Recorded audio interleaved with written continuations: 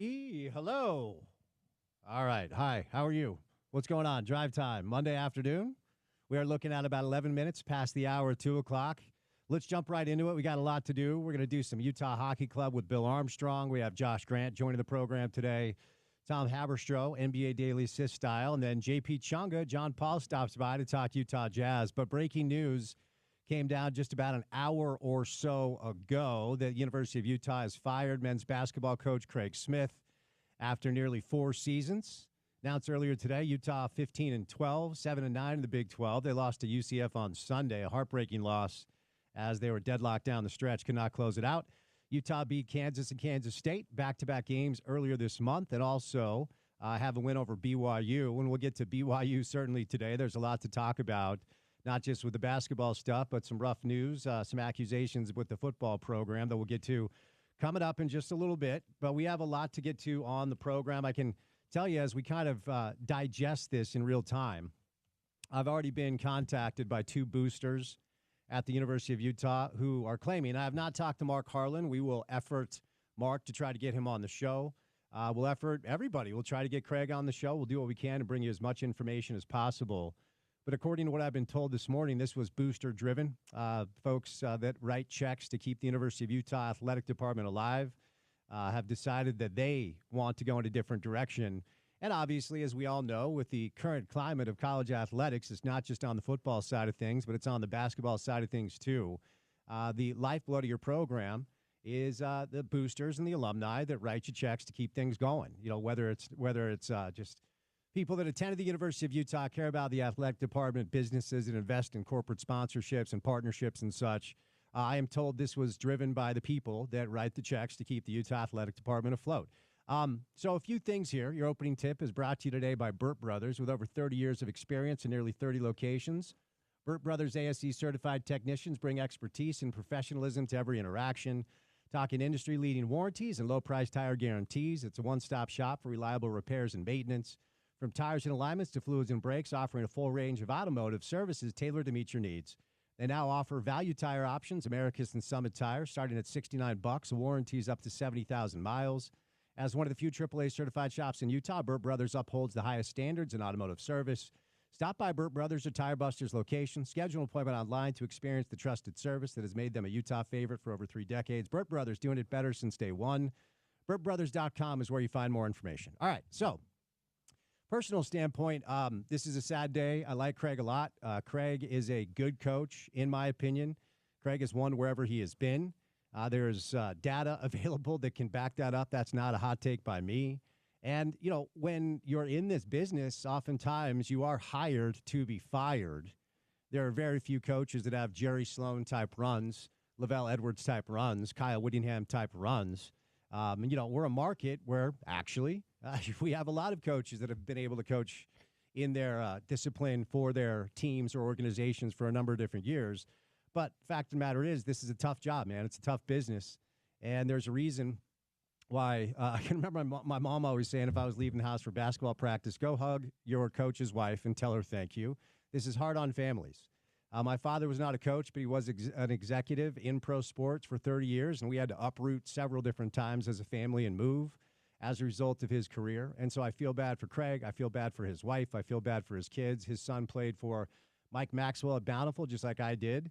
And so I've been able to get to know the family a little bit. And ultimately, this is a tough break for Craig, who, in my opinion, more often than not, entered gyms, certainly this season, with a talent deficit. You know, on the other side, most of the coaches had better players at their disposal. That's my opinion. Now, the problem is that also falls on the head coach. If you're the head coach of a program, college basketball, college football, number one, first and foremost, results. Winning cures a myriad of sins, as Frank Layden famously said in the 1980s when he was running the Utah Jazz. If you win, it covers up a lot. It does. Now, if you don't, you're exposed in a different way, right? Like Bill Self, Kansas, right? Remember all the NCAA investigations and the sanctions? Nothing came out of it. Now, if Bill Self at Kansas was running a program that won 10 and 12 games every year, that would have been enough to run him. But if you're not winning at a high level, you will open yourself up to criticism and other dynamics and elements, namely recruiting, player retention. This team looks different with Davon Smith, who's playing for Rick Pitino in St. John's. And I was told earlier today that the University of Utah offered Davon Smith the same amount of money Rick Pitino and St. John's did. Now, you can't offer Davon the Mecca. You can't offer Davon Smith Madison Square Garden. You can't offer Davon Smith New York City. This team looks different with Davon Smith. It looks different with Raleigh Wooster. And I wasn't a huge Raleigh guy, but all year long, the one thing they have been missing is a ball-in-hand playmaker that can get you something when the clock is breaking down, make a play for himself, get off a good shot, or make a play for his teammate. So they relied on more, continuity, team basketball, move the basket. That's a great way to play, but ultimately the teams that win titles, the teams that go to the NCAA tournament, the teams that win NBA championships have playmakers where you can throw it to them and say, go get something we just broke down. Utah didn't really have that. Gabe's not that guy. Gabe's a knockdown, dynamite shooter, one of the best shooters in the Big 12, and he's an improving decision maker to kind of take advantage of his gravity to make plays for Ezra and get guys in space. But ultimately, this was a roster that I think was devoid in top-shelf talent to compete consistently in the Big 12. And honestly, I think Craig did a pretty good job of coaching this team to some wins that nobody saw coming. A couple of wins over the Kansas teams here in Salt Lake, Kansas and K-State. Tough road loss at UCF. UCF's not a very good team, so that one stung. But this was not a decision that was made after one game. I mean, I don't know what they would have done if Utah won in Orlando over the weekend and continued. They're at McHale coming up this week to take on Arizona. BYU rolled down to McHale and got a win. Big win for the Cougars. Then it's home against Arizona State, West Virginia, before you finish it off at BYU. So, I mean, ultimately, this can't be a decision that was made in a vacuum. This can't be a decision that was made as a result of a loss to UCF on the road. There's obviously more than meets the eye here. And again, if this was something that the boosters decided they wanted to go to Taylor Randall, they wanted to go to Mark Harlan and say, look, we're the ones writing the checks, go get somebody else, there's really not a whole lot you could do. Now, Craig, of course, prior to coming to the University of Utah, Mayville State, and then over to South Dakota State, where he won the Summit League, and then goes to Utah State, where he had a great 3-year run where they won the Mountain West one year, then they tied second both years, and they went to the NCAA tournament 3 straight years at Utah State. Year one at Utah, took over a barren cupboard after they let go of Larry Kraskowiak, a grip of players, decided to transfer. Craig brought some players with him from Utah State, but it didn't work right away at all. 11-20 his first year, 4-16 in conference, 17-15 year two, 10-10 in conference, 22 wins a year ago, 22-15. 9-11 in conference. He finished 11th in the Pac-12, 7th in the Pac-12, 6th in the Pac-12. They made the NIT a year ago and had a fun run to the NIT semifinals. And then year one in the Big 12, as we referenced, 15-12, 7-9 in conference play. So Craig's overall record, 65-62, 30 wins, 46 losses in conference play, combining the Pac-12 and the Big 12. 0 NCAA appearances, 1 NIT appearance, where he went to the semifinals. So, again, I want to be clear. On a personal level, I think this really sucks. I feel bad for Craig. I feel bad for his family.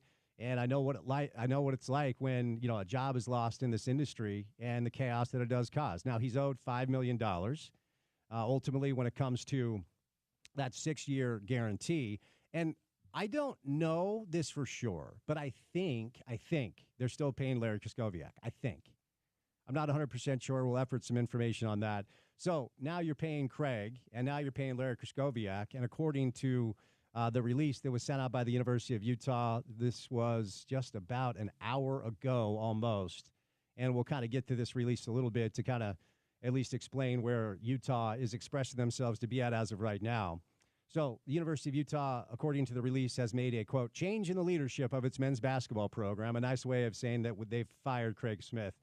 Josh Eilert's going to serve as the team interim head coach. We'll talk about Josh in a little bit, tell you about his pedigree. And here's the statement from Mark Harlan, the athletic director from Utah, that they sent out via email a little bit earlier. Quote, I want to thank Craig for his work and commitment since he arrived in Salt Lake City. He has led us to special moments and memorable victories, and Craig has poured his heart into building our current team. However, we have greater aspirations for our men's basketball program, both within the Big 12 Conference and nationally, and our expectation is to regularly compete in the NCAA tournament. After evaluating our program under Craig's leadership, I believe a change is needed to get us where we want to go.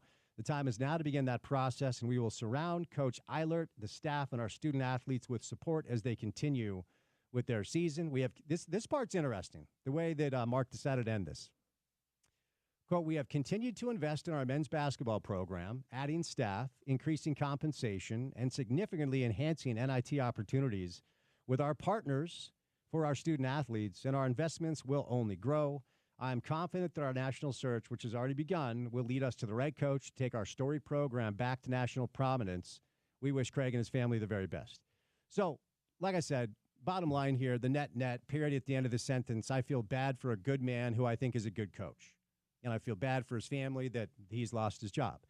Obviously, when it comes to these coaching jobs in college, the buyouts and the payouts offer a very soft landing spot, so Craig does not have to go start pumping gas at Maverick. They don't pay people to pump gas anymore, do they? No, I don't think they do, so that would be an odd choice. But, Craig, financially, the parachutes, and that's why they're negotiated like this, because most of these coaches know they're taking jobs to be fired, allow a little bit of a soft landing spot. So, having said that, about feeling bad for Craig and believing this is a sad day in that dynamic, there also is part of me that has been waiting for somebody at Utah to say this is not good enough. And it's not just with Craig, right? And I always hesitate to hearken back to the Rick Majerus years because, honestly, it's unfair. Rick is the greatest coach potentially we've ever had in the state when it comes to college basketball. But for those of you of a certain age, you do recall those days where the Huntsman Center was sold out more often than not. And that was a program that more often than not went to the NCAA tournament and more often than not won multiple games and came within a Red Bull in 1998 of actually winning a national championship where they lost to Kentucky after going up 10 in the first half. I'll never forget that night, man.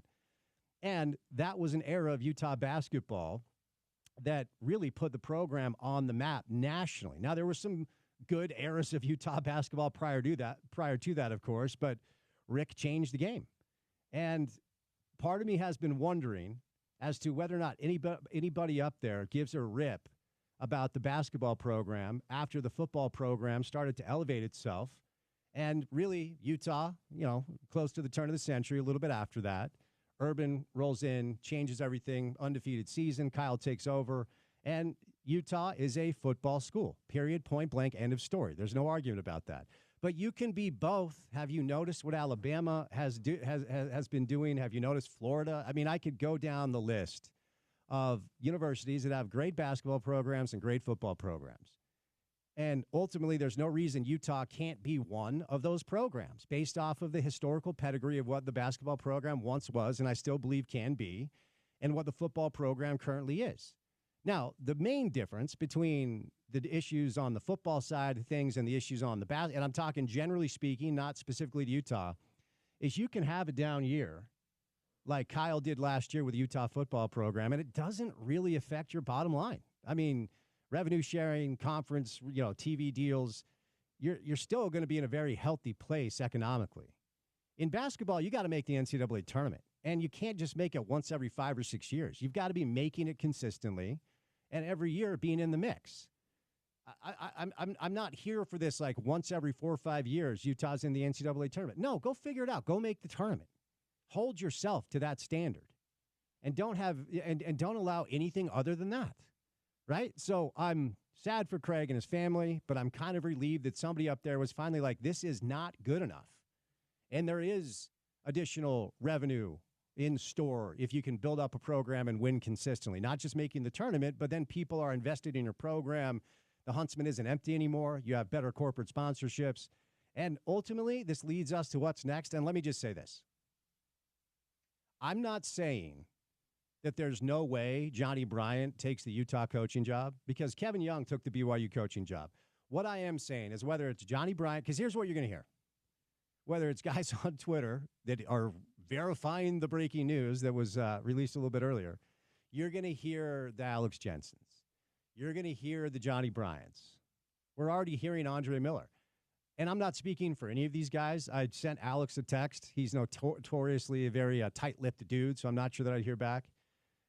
More often than not, once these guys have tasted the life of flying in the sky in essentially 5-star hotels and eating NBA meals and experiencing the NBA life, they don't usually go back to college. Now, does it happen? Sure, it happens. Rick Pitino, John Calipari, like I said, Kevin Young. The Kevin Young BYU situation is pretty unique. I would just be very stunned. Johnny Bryant, who's the associate head coach of the Cleveland Cavaliers, who, by the way, are awesome, is going to get a head coaching job. I always thought Alex was going to get a job, and maybe he still will. He's still in his 40s. I'm surprised that Alex hasn't got an NBA coaching job as of now, but he's one of Jason Kidd's lead assistants in Dallas. And Johnny Bryant, the associate head coach with Kenny Atkinson and the Cleveland Cavaliers, who have a chance to make some noise in the postseason. I don't think they're better than Boston, but that's not what we're doing topically today. So, in my opinion, I would be stunned if Johnny decides to take a look at the job. I'd be stunned if Alex decides to take a look at the job. But if Utah wants to learn something from BYU, then go throw a boatload of money at your preferred candidate, even if he's coaching in the NBA. And top of my list would be Johnny. If I had choice number one would be Johnny Bryant for me. I just don't think he's looking at the job. We'll get back to this, but we have an exciting guest coming up on the other side. So Bill Armstrong, general manager of the Utah Hockey Club. Josh Grant stops by at 3 o'clock. Good day to have Josh on. Efforting a few people for 3:30, potentially to talk more about the news that Craig Smith is out as the head coach of the Utah men's basketball team. Tom Haberstroh, JP Chunga, busy Monday show. Beautiful day outside, and it's good to have you along for the ride. Right here on ESPN 700, 92.1 FM. Proud to be part of Utah's ESPN radio network.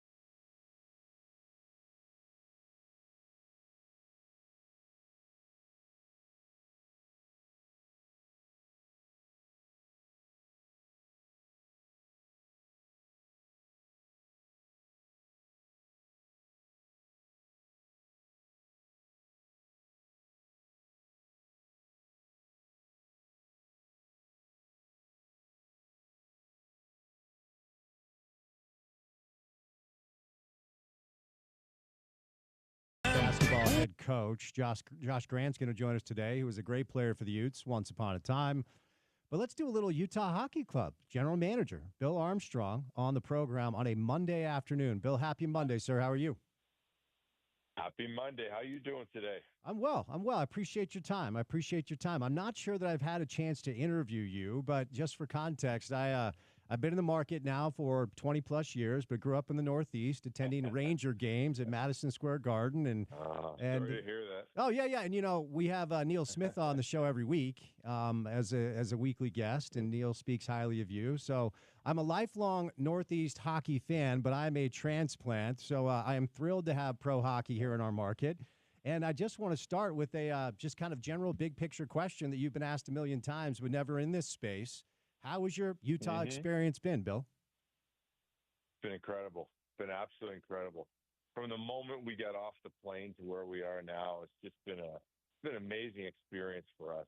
Not only myself, but our staff and our players. Utah welcomes you. I mean, they show up. I mean, last night, we go.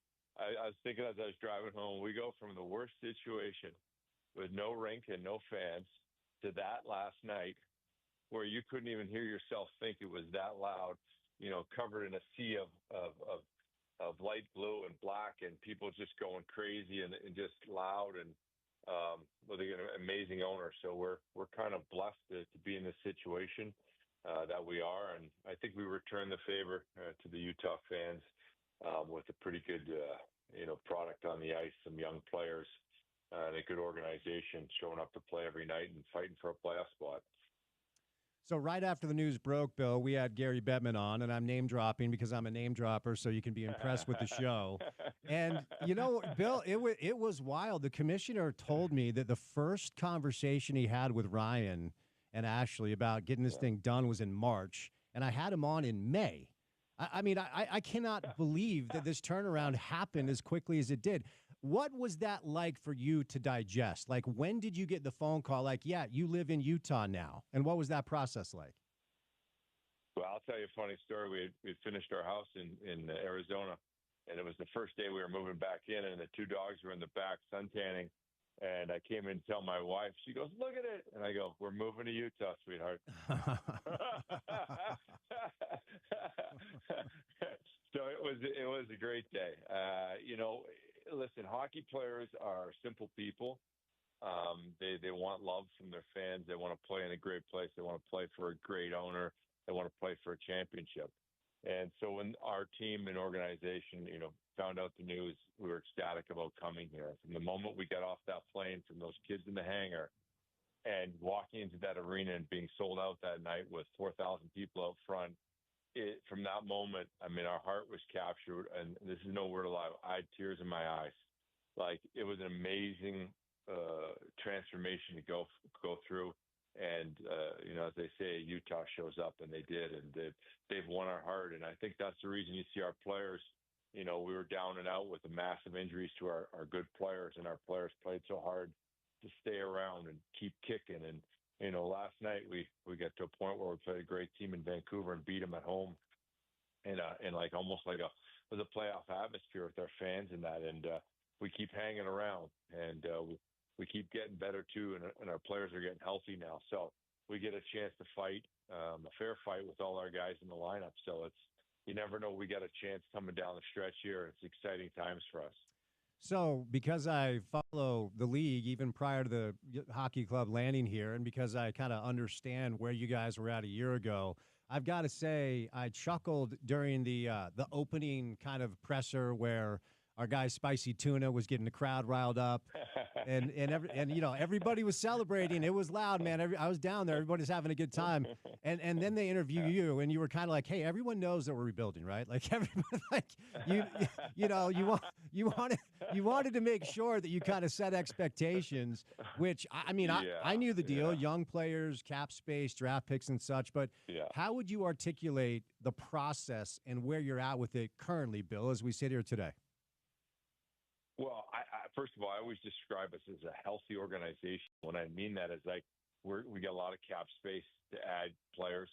We got a team on the ice that's extremely competitive, extremely young, that's pushing to become a good team. and we've got 5 top-end prospects coming our way over the next 5 years. And so there's a lot of good things about our organization, but there's a patience level that, there's very few teams that make it from where we started to where we are now and win a cup. It's almost impossible to do.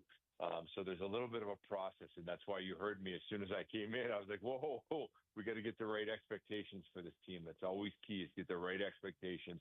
We go from being the second youngest to fourth youngest team in the National Hockey League, depending who's in the lineup, and we're fighting. And those are the good signs of our team. And, I love where we're at as an organization, and it's really just, we're blessed and grateful to play in Utah right now with where we're at. So it's I would say we're a very healthy organization, maybe one of the healthiest in the National Hockey League.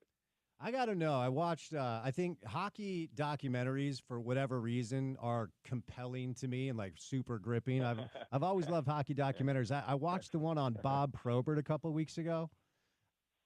Yeah, my favorite. Yeah, I got to know what type of player you were, because you're a big dude. Like, you're bigger than Bob was, and you were a defenseman. Did you like to scrap, Bill? Were you one to drop the gloves? Okay. I didn't really like to scrap unless I was mad. When I was mad, I was a really, good fighter. I think it's hard to fight like that every night, which I did. I think I put up like somewhere like 20 to 22, 25 fights a year in the American League. And I was pretty good at it, and I was a boxer as a kid, so I kind of understood how to kind of fight a little bit.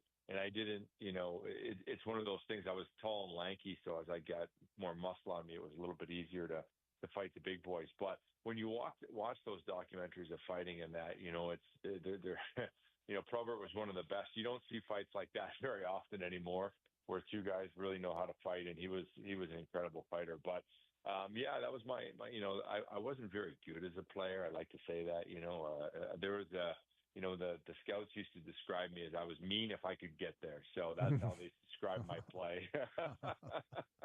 Love that. I didn't know Bob was so good, because that's kind of before my time, right? Like I only knew him as kind of a crazy dude that would smash your face in. I didn't know he was such a good player. He was, he was an amazing player. He could play and fight, and I think sometimes he felt like he could have been a better player if he just played, Unfortunately, he was one of the best fighters, maybe the best fighter in the history of hockey. So, it's an interesting story. He was a tough guy, and he lived pretty large off the ice too. Probably slowed him down a little bit on the ice. Who did a young Bill Armstrong want to be when you were coming up playing the game in Ontario, right? That's where you're from? Oh, yeah. I mean, I got to go into the Leafs games, as a kid. I played for the Marlies, so we could get in there free. But my biggest thing was I love Scott Stevens, the way he came up through Kitchener, the way how hard he hit. He was a rock star, just the way he played the game. I wish I had a little bit more mobility like him. I was probably a little bit meaner, but he definitely was somebody that I watched. I loved how he played the game. He's just moved the puck, and he hit like a freight train. So that was my guy that I loved. So tell me, I was reading up that, after you were done playing, you got into coaching for a little bit. And it's interesting. The old Jazz GM, Dennis Lindsay, also had a stint after he was kind of done trying to play as a coach in college before he moved over to the front office. When did you decide that that you wanted to kind of check out the front office side of things? And what was the pathway that kind of led you to the gig you have now, Bill? Yeah, it's a great question. So I always knew I wanted to coach, and when I was playing, I was always thinking about how I would handle situations. And so I got into it, and I started out being an assistant coach, and then made it all the way to head coach in the top minor league level in the American Hockey League. But then I got to a point, I didn't love it, and I kind of wanted to kind of grow and start getting into scouting, and I did that. And then after I got through the scouting, I said, hey, listen, I like managing. I've kind of done the coaching, the playing, I've kind of understand the full picture of it. For me, evaluation was a huge key. And I think every step of the way, from being a player to assistant captain to being assistant coach to being a coach to being a part-time scout to a full-time to a crossover to assistant GM, I learned a little bit along the way in each step. and I can sit in any room and kind of understand. I put a lot of time into thinking about every different aspect of every different department. And so when I get in the pro room or the amateur room, I have experience and I can relate to the coaches because I've done that before too. So I think that, by doing every job, I have experience in those different departments and can add in. And for me, I love that big perspective that a GM has. That's why I love the job. I like teaching and trying to make departments and people better. And I've always had that about me. And so I truly try to, get in there and help each department grow every single day, along with its people. So it's a pleasure to do the job, and it's probably the greatest job I've had. So is the GM gig close enough to the action? Because I always find guys that played and coached when they go up to the front office. It's still a great gig. My father was an executive in pro sports for 30 years. It's still a great gig, but is it close enough to the action, or do you still kind of miss it? No, I love where I sit. I love my seat because I get in the action, but I also get to take a step back and think about the big picture of the organization and how to keep building and making it better. So I love the action, to be able to watch it, be a part, sit in all the situations with the coaches, but at the same time, take a step back and say, okay, well, this guy's going to come, put him in the minors, draft this guy, and so for me, I'm a big picture thinker. And I think when you're coaching, it's like you're in the day-to-day fight. And when you're in the GM spot, it's more big picture, and an overall view from up top. And I think I'm better in that seat, just because I'm a long-term thinker and a long-term planner. And I love making people better, around me and growing departments. So I always find the synergies between the front office and the coaching staff interesting, because most organizations do it a little bit differently. And I think there's a blueprint in place that's successful, and it is checks and balances where the GM does his job, the coach does his job, and then you don't really interfere with each other, but you find a way to have good conversations to move in the right direction. What's the nature, Bill, of your relationship with Coach Torney? Well, I have a tremendous amount of respect for Coach, and I think by me being in that seat before, I know not to cross certain lines, and give him some ability to sit in his chair and do his job properly and not interfere with that, but have an overall big picture view of over top and say, hey, these are things that I think we can improve on. Have you taken a look at doing it this way? But you generally have to let people do their jobs. And I think, that you create the synergies from trust, where your coach trusts the GM that, you're going to bring the right players in, and you're going to around what he wants to get accomplished. And I think, there's a respect factor there between coach and myself where, he knows that I always listen to his opinion and some of his thoughts about how we can improve the team, and generally take that in. But at the same time, he knows, hey, it's a long-term plan too. So with my experience, I was there in '94 when the Rangers won the Cup, and, went to several games in St. Louis, and you have experience in St. Louis as well. I mean, I grew up in incredible hockey atmospheres, and I was curious / skeptical about our community as far as how I knew we would show up. I mean, we do really do that. I knew there would be people in the building, but how many hockey club sweaters would there be? What sort of, are they going to get extremely confused and ask what icing even means? What is a blue line? And I've been, Bill, pleasantly surprised with the community, but I still think obviously we've got some space to improve. What are the main elements to creating a culture in our community so that at some point we can capitalize on the passion, turn it into knowledge, and maybe be one of the better hockey cities in the country at some point? Well, that's a good question. I think, we continue to grow our community of hockey by teaching. It's Hockey 101 and bringing new fans and new people and get them to understand the game when they come through the door. And whether that's coach running seminars, our players talking about it, or we're doing podcasts to explain certain things, I think it's helping to grow. I love the fact on how curious our fans are about the questions that they ask. They generally have a curiosity of how things are run behind the scenes, how they're run in the dressing room. I love our passion. Our fans are incredible, how they cheer. The greatest thing about our fans is that when we chug beer on the stands, on the video, we not only do we chug it the first time, but we chug it the 27th time, and it gets louder in the building. I'm amazed by that. I think it's the greatest thing. We all have our things of, like what's going to catch on, what chant's going to go on. Beer chugging is the greatest thing in Utah I've ever seen in my life. And now fans are showing up with 2 beers on the Videotron, so it's unbelievable. But yeah, it's just grown. We continue to grow inside that arena every time we play. And you see the passion the fans have when they see good goaltending or good hits or fights. They're just all in. It's been an incredible experience to go through. My favorite storyline from opening night. I mean, because Bill, the Delta Center hasn't just housed the Jazz. The Delta Center has had crazy concerts. We had the Olympics back in 2002, and y'all set a record for revenue generated by beer sales night 1. Like that was my favorite storyline out of opening night. There's no doubt. It's incredible. It's just taken on a life of its own.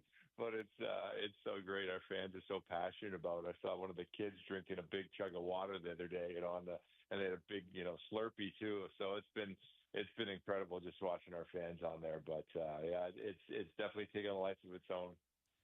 All right, so before I set you loose, let's move over now to where we find ourselves with your hockey club, and kind of all year long. Our hockey guests, Neil Smith and others, they've talked about the potential of you guys maybe qualifying for the wild card this year. And if you do, that should be a big win. A massive win. Because, look, as you know, but for our listeners that may not know, obviously you're chasing Vancouver, so a bit of a 4-point swing, massive win at home. Tell me about the health of the group, the mentality of the group, as we have, I think, 24 games left, and points are at a premium now, Bill. Yeah, they are at a premium. We've got a great schedule. We've got everybody healthy coming back. We got 2 goaltenders to throw at it. I like the focus of our group. We came back off break, and you can just see it in their eyes. They want to push to get in here and see if we can get in the playoffs. So the greatest thing about it is it's really in our hands right now. If we beat the teams in front of us, we got a chance to get in. The determination I love of our group, and I think we've grown. We've gone from the point where we play this lackadaisical hockey to, hey, now we're dialed in playing hard hockey against Vancouver, and it's a 2-1 game, and we're comfortable with playing with that lead and playing smart hockey. So it's definitely something that we're growing because we are young. But I love the way that we attack the game. And I think the one thing about our group that you really, truly love is, like, if we make mistakes or we don't do something right or there's something we have to fix, our group just attacks it, and they want to get better at it. So this is going to be an unbelievable stretch drive down the stretch here with this team. Let's see if we can get in. It should be a good fight that we want to fight every night. So an interesting spot you find yourself in between the pipes, your goalies with Vejmelka and Ingram, and both of them are capable. I think Vejmelka and the numbers show that he's really kind of evolved. I don't know if you have a thought on who the first choice guy would be. How do you feel about, kind of whatever the night needs? It's good to have 2 goalies. Sometimes you'd rather have one clear choice, but what are your thoughts on that, Bill? Yeah. Well, if you look at the teams that have been in the same exact position as us in the last 4 to 5 years, you got Florida, that was around where we were, and they pushed to get in. Last year you had Nashville and Washington. Usually there's a goaltender that runs with it, for the remainder of the 24 games. It's usually they're running 18 games out of that. So you really need somebody to step forward and take the ball and run with it, and it's usually one goalie does it, and he usually takes on the challenge. So we're hoping one of our guys does run with the ball. Veggie looks like he's going to be that guy right now, but you never know. In our environment, they're 2 deadly even goaltenders. But someone's going to step forward and run with the ball, and we'll jump behind that guy. So that's one of the things that you look to, hopefully that it's just one of those guys that just gets on a hot streak and absolutely tears it up down the stretch. Got about 12 days or so until the NHL trade deadline, which is March the 7th. And you guys, as a result of your savvy leadership and your careful planning, find yourselves in a very advantageous spot should you elect to do something. Are you potentially, I know you always have conversations, but are you waiting to see if you can close the gap and have a legitimate shot? I mean, you do have a legitimate shot now, Bill, at making it in, but what are some of the dynamics you're weighing as far as, trying to decide whether or not a deal is out there to be made that makes sense? Yeah, I don't think we're in the rental market. I mean, that just doesn't make sense for us where we stand right now. I think for us, if there's a dynamic deal that helps us long term that fits into our age and our cap and our needs, we'll definitely do the deal. That's one great thing about our ownership.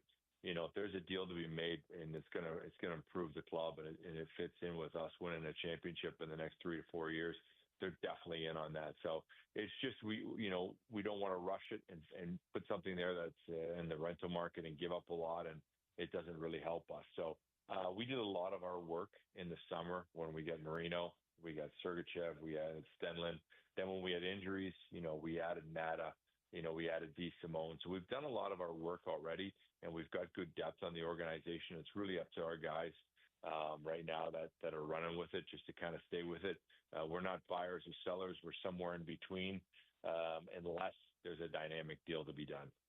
Last thing, Bill, I'll set you loose on this. There was a little tournament, I believe, that took place recently. I think they called it the Four Nations, and I'm the oldest of 6 children, and 2 of my siblings married proud Canadians. One of them was the captain of the BYU hockey team a number of years ago. So we were very much a house divided. But man, that was so fun. And ultimately, I would imagine as a proud Canadian, you were happy with the way that ended. Here's what I'll pose to you that everybody's been asking, but guys like you are the ones to answer this. What is realistic about what the league can gain from that tournament that, by all accounts, was such a rousing success? Wow. I think it touched 17 million homes between Canada and the U.S. Wow. And Donald Trump got in on promoting the game. I love that. But it just was great for the game. Like, it truly was. And we hadn't had best on best in a long time. I think it was probably, somewhere between 8 to 10 years, if I can recall, since we had that. So people were really ecstatic about seeing that type of hockey. And, the U.S. has really improved their hockey. It's take leaps and bounds, and it keeps pushing. And Canada obviously has been one of the top countries in the world. So now that it's U.S. against Canada instead of Canada against Russia, I think it's helped grow the game in North America. I think it's just really helped. And the U.S. players they want to win. They want to show they're the best in the world. So I think it put it to new heights of generating popularity in the game. I kind of sat in between because I've lived in the States for 30 some odd years now, and I've raised my kids here. My kids both played in USA hockey, so I'm a big believer in that too. And on the other side, I was Canadian, so I was kind of like sitting in on the fence and watching them play. Amazed how good the U.S. group has got, and also amazed the talent that Canada put on the ice. Well, Bill, thank you, sir, for the time. I've long been wanting to do this, so I'm glad we could do it today. I'm thrilled that we have pro hockey in this market, and we'd love to have you on whenever you're available, sir. Thank you so much. Yeah, and I just want to say, too, Neil Smith, I kind of studied him growing up. He was a great talent evaluator when he was with the Red Wings and helped build with Jimmy Devellano some championship teams in Detroit, and then went on to build one with the Rangers. So just a great guy. I know you have on the air, and I've always been a big fan, had a ton of respect for him. So, but thank you very much for having me on, and anytime. For sure. Yeah, we'll definitely pass that on. Bill Armstrong, general manager of the Utah Hockey Club. The race for the wild card is on, and they're right in the mix. Big win over Vancouver, who they are chasing. Right now, Utah Hockey Club on 59 points. Calgary just ahead of them on 62 points, and it's Vancouver with 63 points. So there's a 4-point gap and plenty of hockey left to play, about 24 games left. Chicago Blackhawks are in town tomorrow night at the Delta Center. That's a 7 o'clock drop of the puck. Bill Armstrong. Great stuff today, brought to you by Prize Picks. Prize Picks is the best place to get real money sports action. With over 10 million members and billions of dollars in awarded winnings, Prize Picks has made daily fantasy sports accessible to all. You just pick more or less on at least 2 players for a shot to win up to 1,000 times your cash. You can run your game all season long on Prize Picks. So the second half of the basketball season is here. If you want to check out who's going to make the postseason or the playoffs, do it on Prize Picks, where you can win up to 1,000 times your money. Sign up today. Get the promo code. Use the promo code ESPN700 and get $50 instantly when you just play $5. Don't even need to win to receive the $50 bonus. It's guaranteed. So download the Prize Picks app today and use the promo code ESPN700. You get $50 instantly when you play just $5. It's very easy. Like, will Steph Curry get more than 5 3-pointers next week? Giannis for more than 35 points. You can cook up hot takes with your friends and win real money this basketball season when you and your crew run your game all season long on Prize Picks. All right, 1 hour down, 3 hours to go. Back to the big news of the day today. Craig Smith out as the Utah men's basketball coach. Josh Grant will join us to talk about this coming up on the other side. On the Drive with Spence Checketts on ESPN 700, 92.1 FM. Proud to be part of Utah's ESPN radio network.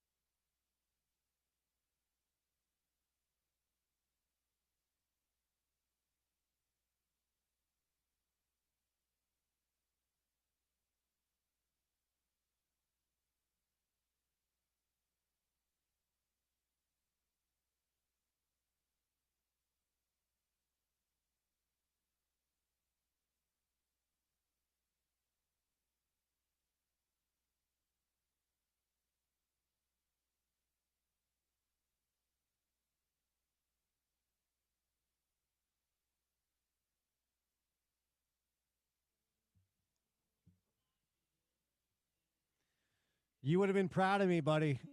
You would have been proud of me this weekend. Running errands, walking the dog.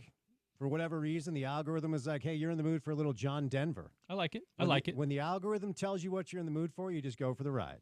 So I figured you'd be proud of me rocking a little John Denver this weekend. And if you go for the ride with John Denver, you're going to be in a good little mood on the weekend. There's a horrible joke in that sentence that I'm not going to use. I'm proud of myself. Okay? We're going to move on quickly. Do it. We're going to move on. Do it. Out of that space. All right, breaking news earlier today. I believe our next guest actually was booked before it came down, but Craig Smith is out as the head coach of the Utah men's basketball team. One of the best to ever do it up at the University of Utah is Josh Grant, who joins us on this Monday afternoon. Josh, happy Monday, sir. How are you? Thank you. I'm doing very well. It's good to be on with you. And yes, I would back up your music selection. Well done. No, I appreciate it. I'm not much of a country guy, but my producer is, so I thought he'd be proud of me. All right. Josh, ultimately, this is a conflicting day for me. I very much like Craig. I think he's a very nice man, and I do think he's a very good coach who won at high levels prior to the stop here, but ultimately into the end of his fourth season, the University of Utah is elected to move on from Craig Smith. Just your instant reaction to the news that broke just a few hours ago. I agree. Craig was a very nice guy. I had a number of conversations with him. Not going to nitpick at him and his coaching style, but I will say this. One of the things that he probably struggled with the most, Utah is very unique in how you can be successful here. And if you don't understand the recipe, it's really hard to be successful, and we tried to help, and his biggest issue was he didn't accept help, I guess is what I'm trying to say. And I'm very excited, to be honest with you. I think we've underperformed for a number of years, and I'm really excited for the future, very excited. So I know it's always hard when someone gets fired and there's, relationships that are broken and things like that, but this needed to happen, and I'm excited to take the next step. So interesting there, Josh. So I'll follow up because it's my job to do so. What exactly do you mean that he did not accept help? And you're not the first person I've heard that from, but I'm doing dumb guy math in my head. I guess what that means is alumni reached out and Craig wasn't interested in conversations. Is it as reductive as that, or is there more under the surface? No, it's a pretty simple thing. I mean, there's former players who were pretty successful, who wanted to help, wanted to be involved in the program. Some even would have decided to do so free of charge, and could have definitely helped in the very least, excite the fan base.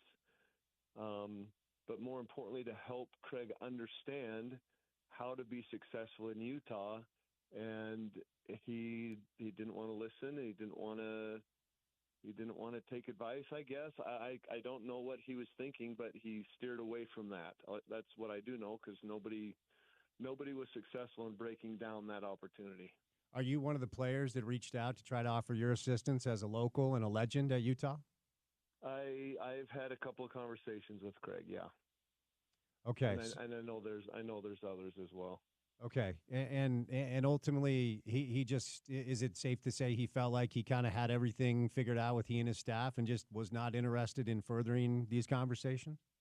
Well, yeah, I guess that's the part I don't know. I wasn't privy to the way he was thinking. I can only kind of guess, but apparently that's kind of what happened. He had it figured out, and maybe he didn't. Maybe his experience at Utah State made him think he had it figured out, but as anybody who's been in the state realizes, Utah State, and I can say this because I had two brothers that played there, Utah State had one type of motivation where you had some players maybe who were a little too short, or they were a little less athletic, or there was something missing to get a lot of big schools interested. So they go up to Utah State. They had a chip on their shoulder. They wanted to prove to the world that somebody had wronged them, and they were very competitive, and they wanted to prove themselves. And so you had that sort of motivation up at Utah State. And then you come to Utah, where you have people who maybe have a little more prima donna in them, and to be able to move from Utah State and bring that same mentality with you to Utah is not going to work. The motivation is completely different. The recruiting is completely different. The building of the program is completely different. And so while you may assume, well, hey, it's just 90 miles down the road, it's not similar at all, and that's where I think he probably made his biggest mistake, was just not realizing that it was completely different here at Utah than it was at Utah State. So do you, excuse me, so do you think you can draw a straight line between, I guess what I'm hearing from you is a little bit of stubbornness from Craig and the reason that he just lost his job? I don't know. I don't want to say he's stubborn, because he is. He's a very nice guy. He listens, he hears, but I think you have to have a little bit of confidence, maybe even arrogance, to be successful coach. And sometimes if you're not, down that proper way of thinking, that gets you in trouble. That's interesting stuff. What other elements? I mean, look, Josh, as you know, we can simply just be as reductive to saying like you didn't win enough, right? I mean, we could just say that. But what other elements outside of his refusal to enlist alumni and simply not getting the results you think came into play here? Is there a inability to retain players dynamic? Is there a booster dynamic behind the scenes saying this isn't good enough for the checks we're writing?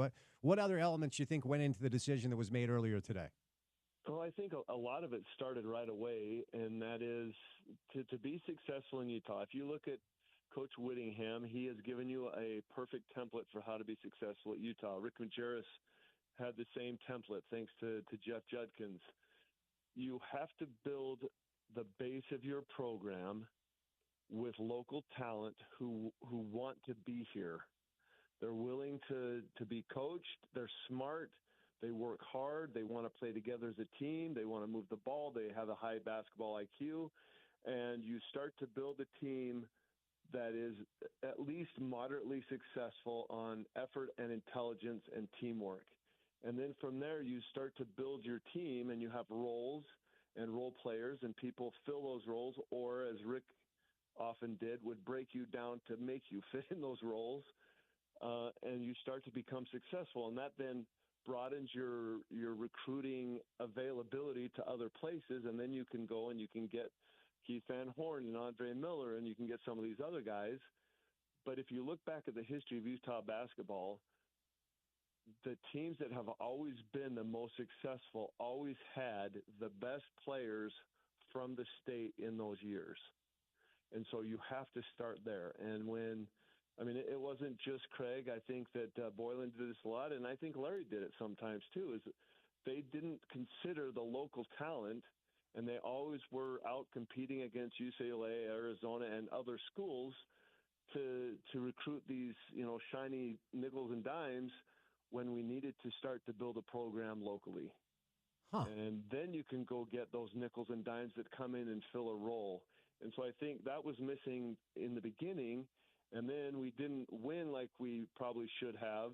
And then you start to lose the trust of the fan base because, A, they don't know anybody on the team. It changes every year, and we're not winning. And then that starts to affect the financial backers, and they're saying, why do I want to put image likeness money in there if they're not going to be successful? Why do I want to support that program? So it was kind of a domino effect that started with, what is the recipe to be successful at Utah? And he did not know it, and he did not want to hear anybody tell him what that recipe was. Maybe he didn't think there was a recipe, which is entirely possible, but whatever it was in the communication, it wasn't passed on, that there's a recipe here. You have to do it a certain way if you want to be successful, and that's what he refused to hear. This is really interesting. I'm glad you're on the show today. Let me ask you, based off of kind of what you've been outlining so far, is there a name or two you'd like to throw out there as far as who you'd like to see hired? Now, I talked about this earlier, and it's not tried and true, but more often than not, when somebody gets a little bit of a taste of flying in the sky in a five-star hotel and eating NBA-catered meals, they're not necessarily wanting to come back to college. It happens. Pitino, Calipari, we could keep going. BYU hired Kevin Young, and Kevin Young interviewed for a couple of NBA head coaching jobs and probably was going to get one at some point. So I use that as context where I'm just not sure if Johnny Bryant would be interested in leaving pro basketball, but maybe. I don't know. What are some of the names you'd like to throw out there in consideration for who you'd like to, see get that job next? I think I've shared that I'm a pretty direct person. Yeah. So I don't say this to be mean. I just say this to be honest. Johnny Bryant is a development coach. He develops players. We don't need a development coach. We need somebody who has been a coach, who understands the community, who understands how to be successful in Utah, who understands discipline and defense and teamwork and role playing and people who, and not role playing in the sense that you might think, but players who will fit a certain role. And there's one person, and there's one person only, and that's Alex Jensen. He understands it. He gets the culture. People know him. If you went out today and said, Alex Jensen is our new coach, you would have an increase in season tickets immediately. And, they are fans are the customers. And as any big company will tell you, the customer is always right. Alex Jensen fits that role. He needs to be the next coach, whatever it takes. Mark Harlan needs to go visit him and say, Alex, what do you need for you to be the head coach at the University of Utah? And as far as I'm concerned, that's the only play there is. And if Alex says no, which I think if you do it right, he's not going to say no. I don't know what the next person is unless, Jimmy Soto and Josh Grant get together and we decide we're going to, be the head coaches of Utah for the next 10 years. But Alex is the guy. Porter, please further the information that Josh Grant and Jimmy Soto would like to be co-head coaches at the University of Utah, and let's see if we can make that happen. I'm a big fan of yours, big fan of Jimmy's, and I'm a huge fan of Alex Jensen and his wife and the Jensen family, and they're great people. But let me just ask you because, no, let's start here. Do you know, Josh, whether or not Mark kicked the tires with Alex on a serious level before he hired Craig? I will say that let's let Mark answer that question. Oh, okay. I have a feeling. All right. I won't have a feeling. Yes, I'm certain that there were some things that were sought out to see and to get a feel, possibly for what Alex might be willing to do. Do you know how far those conversations went, Josh? Not as far as was there a negotiation process. I think it was more about, hey, if this happens, would you be interested? Huh. Okay.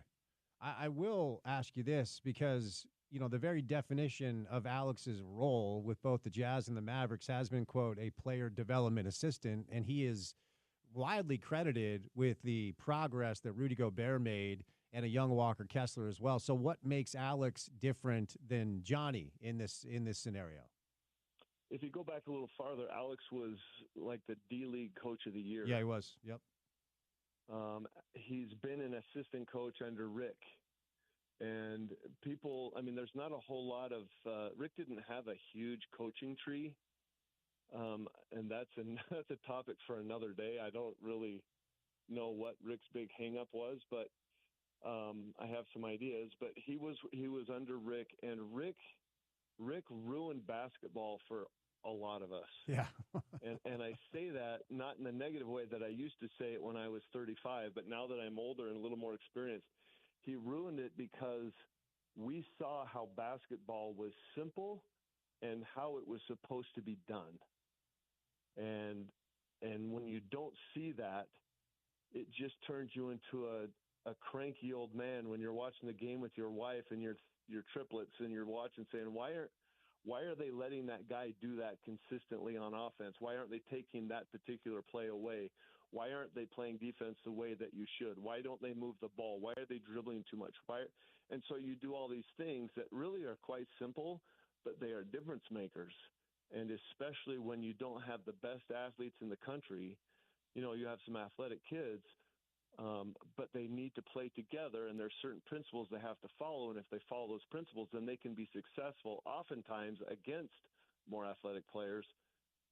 That's why I'm excited about the futures, because I would see that in games and I would just scratch my head, and my wife would get mad at me and tell me that I'm negative. But I've seen how it's supposed to work. And so Alex has seen that. He understands how to prepare. He understands how to coach. most importantly, he understands how to teach. And then also to hold accountable. So if kids are being taught something, they're expected to do it. And if they don't do it, well, then I guess, you picked the wrong place to come to school. If you're not coachable and you don't want to win and you're not willing to put yourself out there and do what everybody else is doing as a team from a team concept, well, then maybe we both made a mistake in having you come to this school. And so I'm very confident in what Alex could do in that regard. He understands basketball. He's coached basketball. He understands the psychology of basketball. And that's what I think he probably has more than a Johnny Bryant or someone similar to that, who's a player development. Let me ask you, and Josh Grant is our guest. We're discussing the news of the day today that Craig Smith has been encouraged to find more constructive things to do with his time. He's no longer the head coach of the Utah men's basketball team. We'll continue this conversation with some other guests. But, when it comes to the timing of the whole thing, it does strike me as a little odd. I received a couple of messages from some boosters earlier today that it is booster driven, right? And you need your donors, you need your, you need your alums, you need your corporate sponsorships. But what does Josh Grant have to say about the timing of the decision that came down earlier today? I don't know that the timing, I don't know that boosters really are going to say much about the timing because nobody's going to all of a sudden write today a big, huge check now that he's gone. So to me, it's all about players. So if you fired Craig the last day of the season and everybody kind of sees it's coming, the players in today's world are scattering. As soon as that light turns on, every animal in your house scatters, whatever. As soon as the season ends, these players are scattering, and they're trying to find, okay, where am I going to land? Because the coach has been fired. What are we going to do? And they can transfer the transfer portal. They start looking at NIL money and everything else. What happens now, which I think is so beneficial, is we've got a good handful of players who are pretty good, who fit and who could help a team win. And so what this timing allows for is for Mark or for, whomever it might be, if they can announce this position quicker, the opportunity to come in and say, hey, this is where I see you fitting. This is why we want you to stay. This is why we think that you can come and be a difference maker because we are about to build a program that's going to be more successful, and you're a key piece of that program. And so that's what's going to keep some of these kids here, whereas at the end of the year, there's not that opportunity to have that conversation until they've already had their name out and they're trying to find another place to land. Okay, so let's hone in on Alex because you have me intrigued. Yeah. Ultimately, I thought, and still, Josh, if I'm honest, I think Alex would be a very good NBA head coach. And, I thought maybe you parlay being Quinn's lead assistant and the success of Gobert into an opportunity. And I don't know why it hasn't come his way. But that was 4 years ago, and we're sitting here today. And maybe, Josh, since 4 years has passed, maybe Alex himself has resigned to the fact that maybe he's viewed as a career assistant in pro basketball, and taking over his alma mater might be pleasing to him. But in the case of him simply wanting to stay in the pros like so many guys do once they get there, what's the pitch? How does Mark get Alex to take this job when he's got a pretty good gig now? I think you play on his heartstrings a little bit. I don't know that there's not one Utah guy out there who doesn't have a little bit of angst when we go to UCF and lose, when we go to Oklahoma State, who's horrible, and lose, and when we go up to Oregon State last year, the worst team in the Pac-12, we have a 40-point score, a 20-point score, and a 12 or something point score, and we lose. That drives us all a little bit crazy. And so to give Alex the opportunity to come and establish his program to build or rebuild or reestablish, whatever great word you want to use there, the opportunity of getting the University of Utah back on track, I think that's quite appealing. And I'm sure that would be appealing with Alex. I think that he's well known here. It's always nice to be kind of the hometown hero As a player, when you're the hometown boy, everybody loves you and everybody knows you. That's a pretty cool thing. So I think that would be appealing. Plus, I think he knows that recipe, and because he knows that recipe, he wants to go bake. He wants to go bake it, and it's just a really good opportunity for him to kind of build a program. It's his alma mater, to make a difference, to make a change, and to do it at home. I don't know that there's a whole lot better things, unless, I don't even know if the Lakers came knocking. I don't know that I'd want to take that. I would almost rather be the guy who's coming home and building something that you can actually build, instead of just being a replacement coach, like is often the case in many NBA teams. Maybe the answer here is Josh Grant and Jimmy Soto again, but what would you like that staff to look like if Alex took the gig? I think you've got to get people who understand how to recruit for specific roles, because I don't think we've had that in a long time. I remember having a conversation about Lohner being at Baylor. The moment I heard that he was in the transfer portal, I said to, I don't remember who it was, somebody in the athletics, you got to go get that guy, because he's the kind of guy who will set a tone for you, because he's so big, strong, athletic. He knows how to win. He's been on a winning program. He'll work hard. Even if he's not a vocal leader, the way he plays is a leader position. Go get him. And I was so excited until I heard that he was doing it for football. But he still filled that role for basketball. I don't think Craig gave them the opportunity to really do it enough. But if you have guys like that fit roles, you've got to understand how these roles all fit into a team and how they complement each other. That's how you're going to be successful here. And so you've got to have coaches who understand that. You've got to have coaches who are smart enough to develop people. I think an Andre Miller would be a spectacular hire. I'm quite certain, and I actually know for a fact that he's tried to come back to be an assistant coach here before. Again, that was never accepted, which is mind-boggling to me. I think there's plenty of people, Jimmy Soto and Josh Grant included, who could come and be helpful in creating an atmosphere here in the state of Utah where the kids who are graduated from high school are excited to come and play at the University of Utah. And I think that's big. Andre currently coaching the Grand Rapids Gold as of now, so G League team in Michigan. All right, Josh, before I set you loose, of course, and I get pushback when I talk about the Majerus years when I was a student there, so I just missed you a little bit. I certainly watched you play. I mean, my goodness. But, I bring those up because I still believe the standard around here should be qualifying for the NCAA tournament every year, or being right there and knocking on the door and then winning games in the tournament.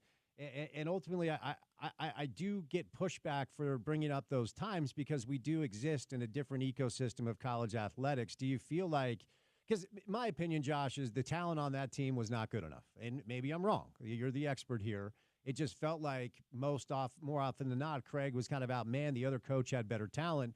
Do you feel like the program is in a good spot to support an Alex Jensen or whoever it is, to make sure that the resources are there, the NIL funds are there? So outside of the coaching stuff, where's the health of the program now under Mark Harlan's leadership in your estimation? I think right now it's in a state of distrust. And so it's going to take a minute. You've got to have a coach who can come in and prove himself that he can make 5 individuals into a stronger team than they are as individual players. And that's about teamwork. That's about having a system. That's about fitting people into that system. And then the system becomes more powerful than the one-on-one athletes from other schools. I completely agree with you that Rick Majerus getting back to the tournament every year was a part of just the culture and how we were. That was expected. It was driven. We all drove for the same thing. We were a team. We worked hard. We were willing to sacrifice for whatever it took to get our team to win. And I think that's been missing a little bit. I think an Alex can come in and do that. I think it's important that the new coach, hopefully it is Alex, will come and do that, so that then gives more trust to the to the donors, to the fan base, so that they want to get behind this program. They know the players. They know that they're going to play hard. They're going to play together, and they're going to play smart, because Utah has a high basketball IQ generally, and they recognize good basketball. And if it's good basketball and we lose, we're okay with that. If it's bad basketball and we lose, we're not okay with that. And that's kind of what we've been seeing a lot lately. So, yeah, Craig was not the greatest recruiter. I think with this particular group right now, he put together some players that if they would have been taught to play together and expected to play together and play defense first and then build on that, I think it was something that maybe they could have turned around a little bit. But that just wasn't in Craig's DNA. I reference watching you play when I was a kid because I used to go to all the Utah basketball camps. You ever wish you were born 10 years later? You might still be in the NBA. With the way might be a little richer, that's for sure. No, I mean, you were a big dude that could shoot it, and you were skilled. I'm serious, man. I think you would have played in the league for a decade if you were born, 10 years later, Josh. Well, that's nice of you to say. We'll never know, but I can always pretend. Well, thank you, my friend. This was a very honest, blunt assessment, which is what we needed. So I appreciate the time, and you have space here whenever you want, Josh, okay? Hey, thank you very much. It's always good to talk to you. Josh Grant, truly one of the best to ever do it at the University of Utah, maybe one of the more underrated Utes of all time. He had game for days, and big dude that could put it on the deck. He could shoot it from three. Third highest scorer all time, third in total boards, most total offensive rebounds, second in defensive rebounds, fourth in total field goals made, third in three-point field goals made, second in steals, second assists, fourth in blocks. I'm telling you, Josh Grant was a problem. He was drafted 16th overall in the draft in 93 and never worked out in the pros. It would have now. He was that type of player. All right, we're going to keep this conversation going. Tony Jones is going to stop by coming up next. Some really interesting comments about Josh concerning his thoughts on the job that Craig did. I guess more accurately, the job that Craig did not do based off what Josh just outlined. And then some thoughts on Alex Jensen, Johnny Bryant. Tony knows Johnny Bryant really well, knows Alex too. So we'll bring in Tony coming up next. We'll keep this conversation going. Tom Haberstroh, John Paul, JP Chunga later on. So driving a Monday. It's good to have you with us right here on ESPN 700, 92.1 FM. Proud to be part of Utah's ESPN radio network.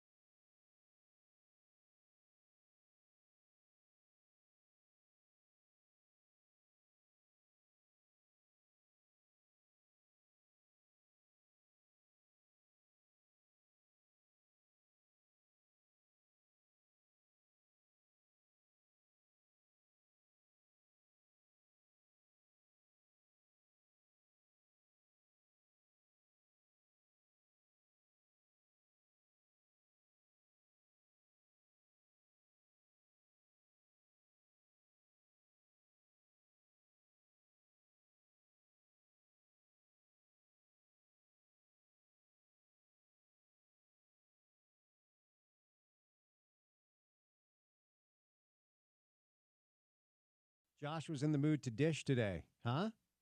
Josh had some things to say.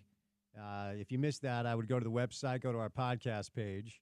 As the breaking news of the day today came down a few hours ago, that Craig Smith is out as the head coach of the University of Utah men's basketball program. Let's welcome in our next guest, a surprise guest who I miss dearly, and he's good enough to give some time on a Monday afternoon. Tony Jones from The Athletic covers the NBA and longtime media member here in the market. Tony, it's been too long, man. How you been?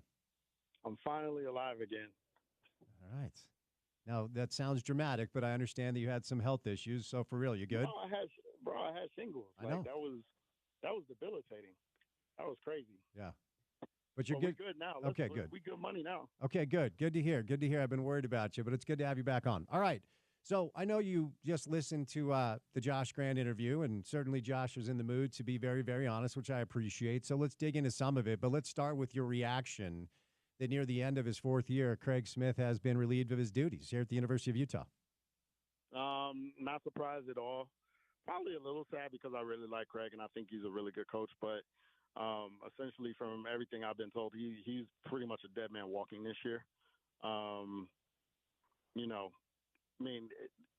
The story goes that the entire situation last offseason around Andre Miller and the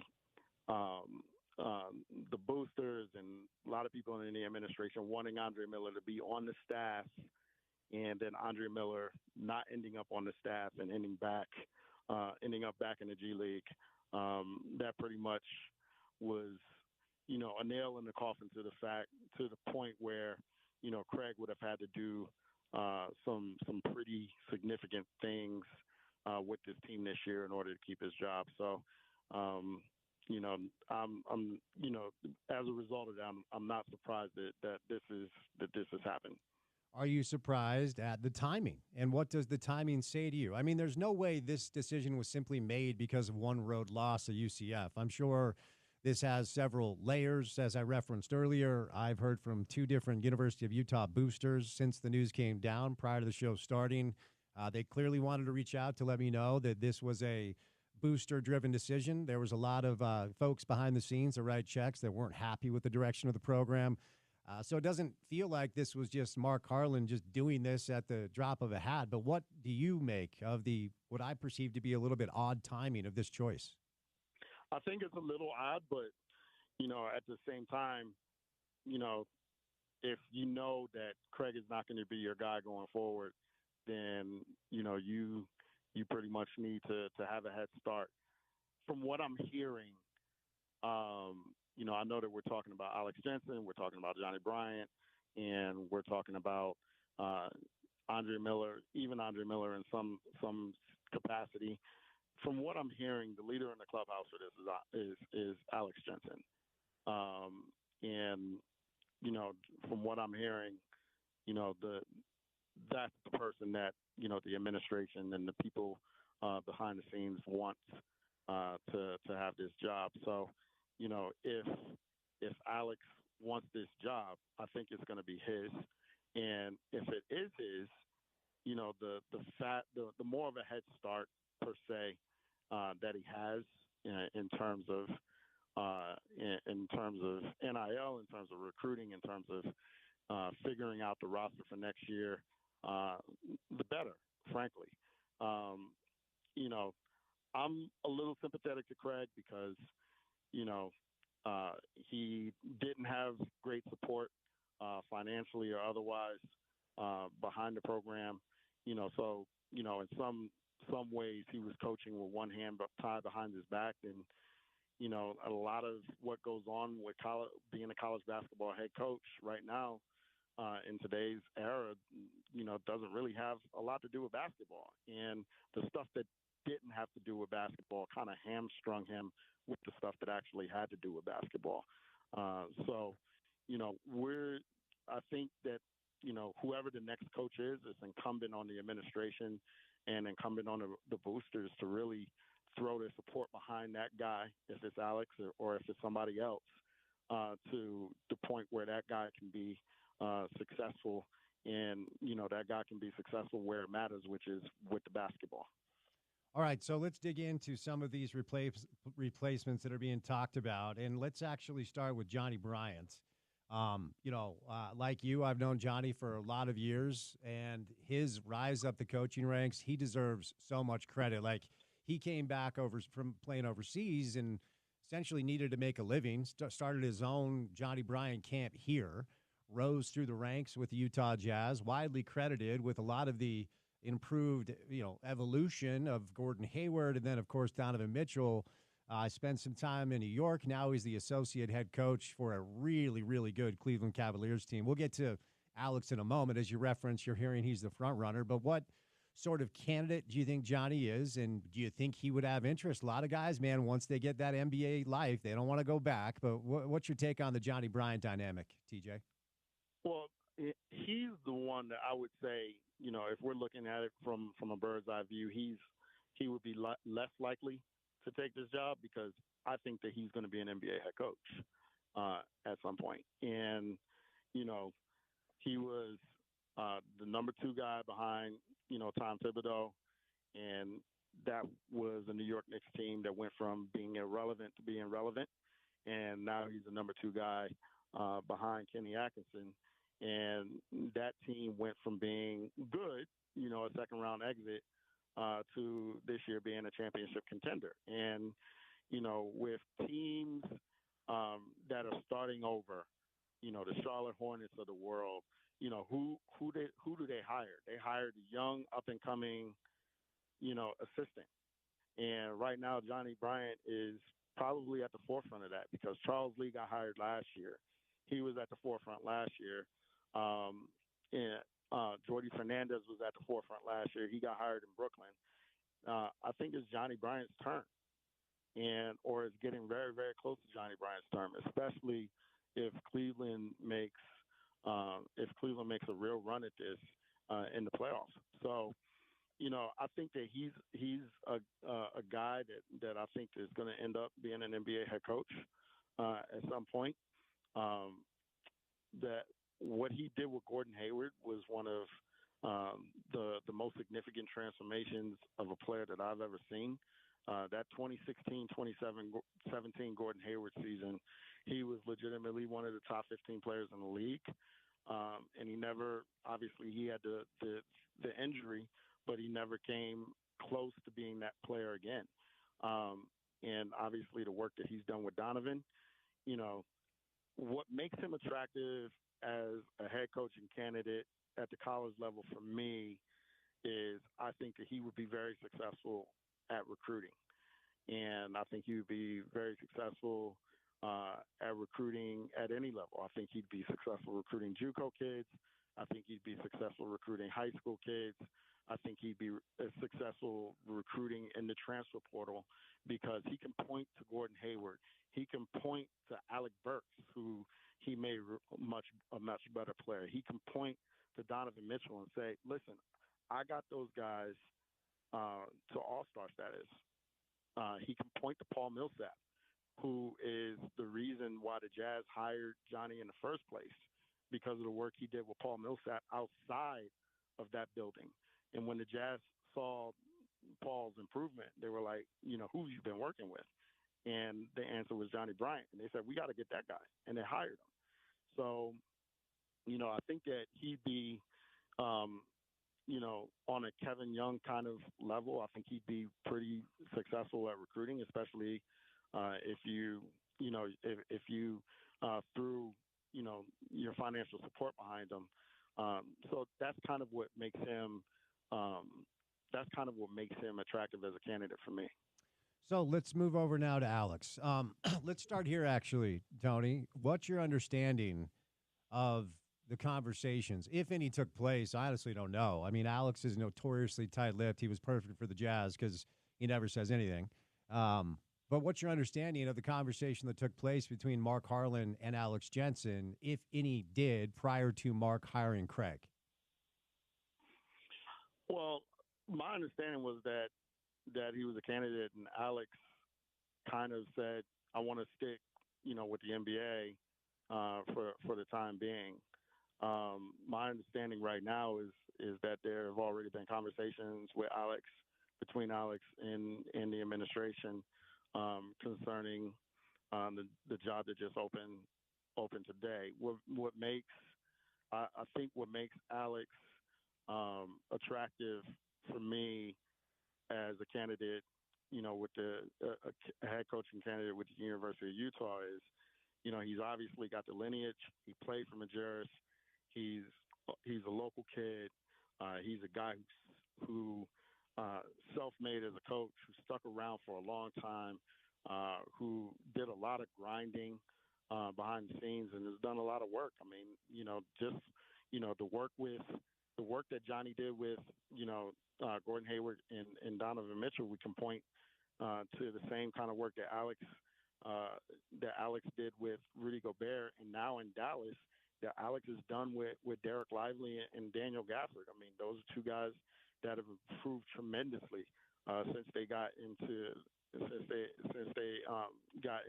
Dallas's program. So, you have that. I think that Alex would prioritize local recruiting. I agree with Josh Grant 100%. That there, that local recruiting needs to be a priority, and right now, you have some really good kids out there. I mean, Junior County is one of the better guards that I've seen come out of Utah in years, maybe since Frank Jackson. And he's a top 50 kid, and he's out there. And I know that Josh talked about nickels and pennies and talked about local. Well, Junior County is both. He's local and he's nickels and pennies. And, I think that, looking at him, looking at, somebody like Isaiah Dresden, who's the son of Tim Dresden, who's one of the better underclassmen point guards in the state, plays at Highland High School.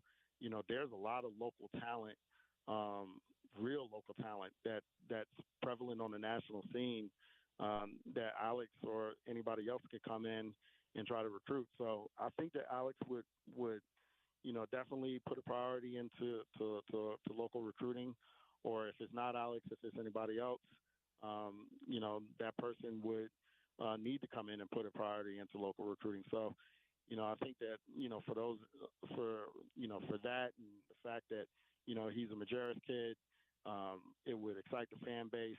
I think that those are real selling points for Alex Jensen. All right. So we got Alex Jensen, we got Johnny Bryant, and Andre, as you referenced, Andre Miller coaching in the G League. And,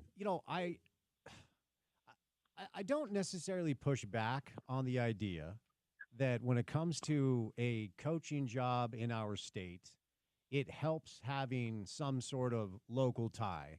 And maybe I've warmed up to it a little bit more because I do think, let's just play the hypothetical, Tony, that we get a press release. They're probably not going to do anything until the season's over because, of course, they put an interim coach in place. But if the press release comes and the press release says your new head coach of the Utah men's basketball team is Alex Jensen and his lead assistant is Andre Miller, I've got to imagine that maybe for the first time in a number of years, there would be tangible reaction to this community and excitement and tickets kind of flying off the shelf.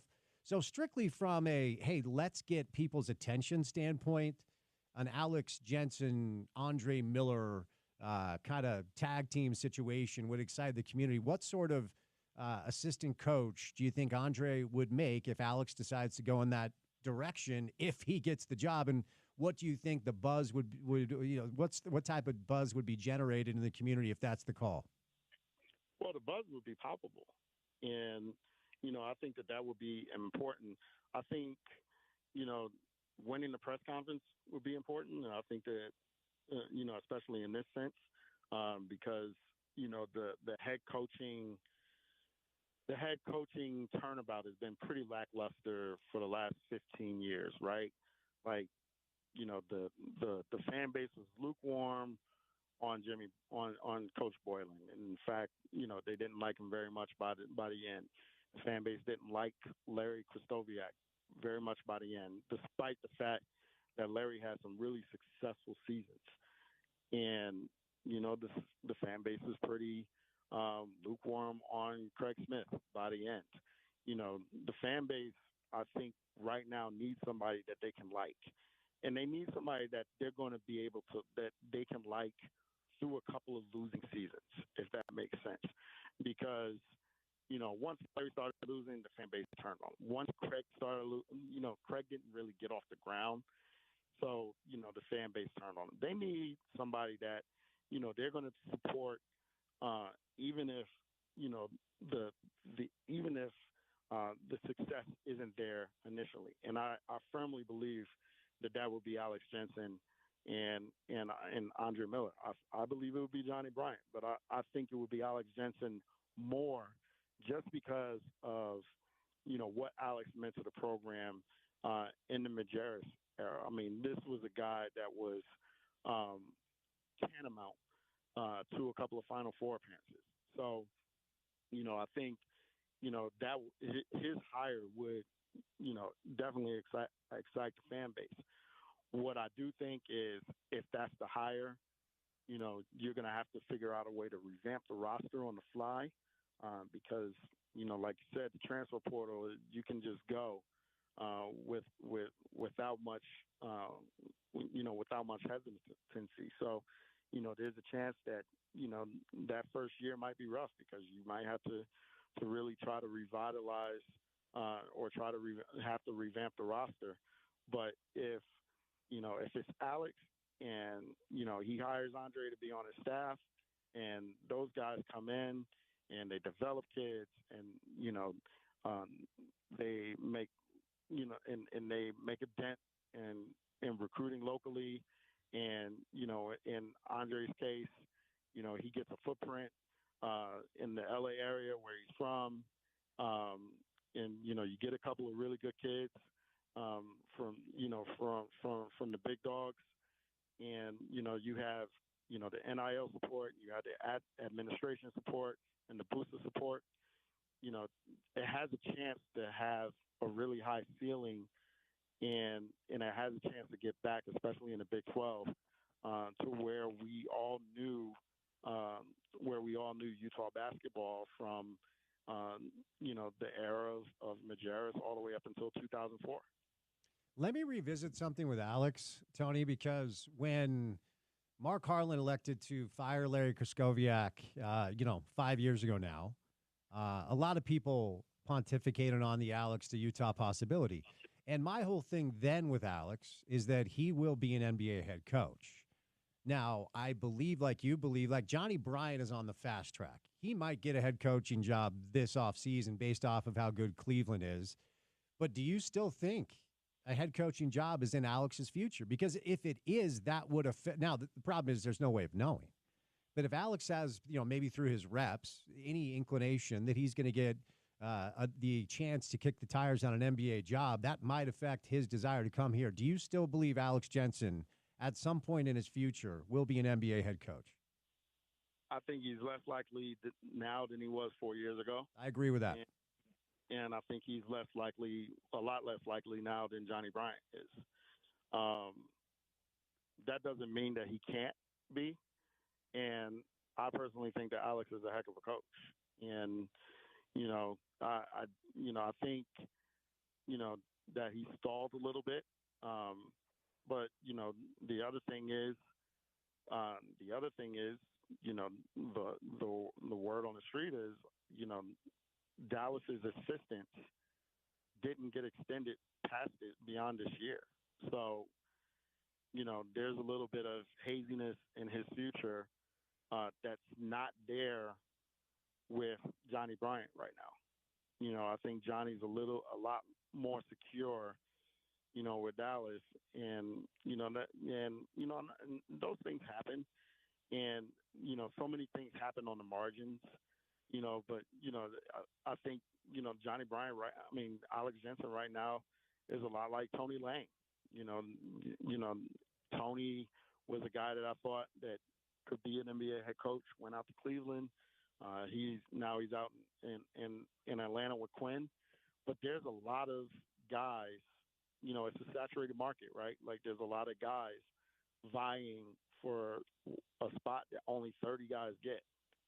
And, if you're an Alex Jensen and your alma mater is there and they're saying you're the guy that we want and this is your program and this is your alma mater in your home state, in your home, and in a place where, where you led the program to ultimate glory, to me, that's hard to turn down.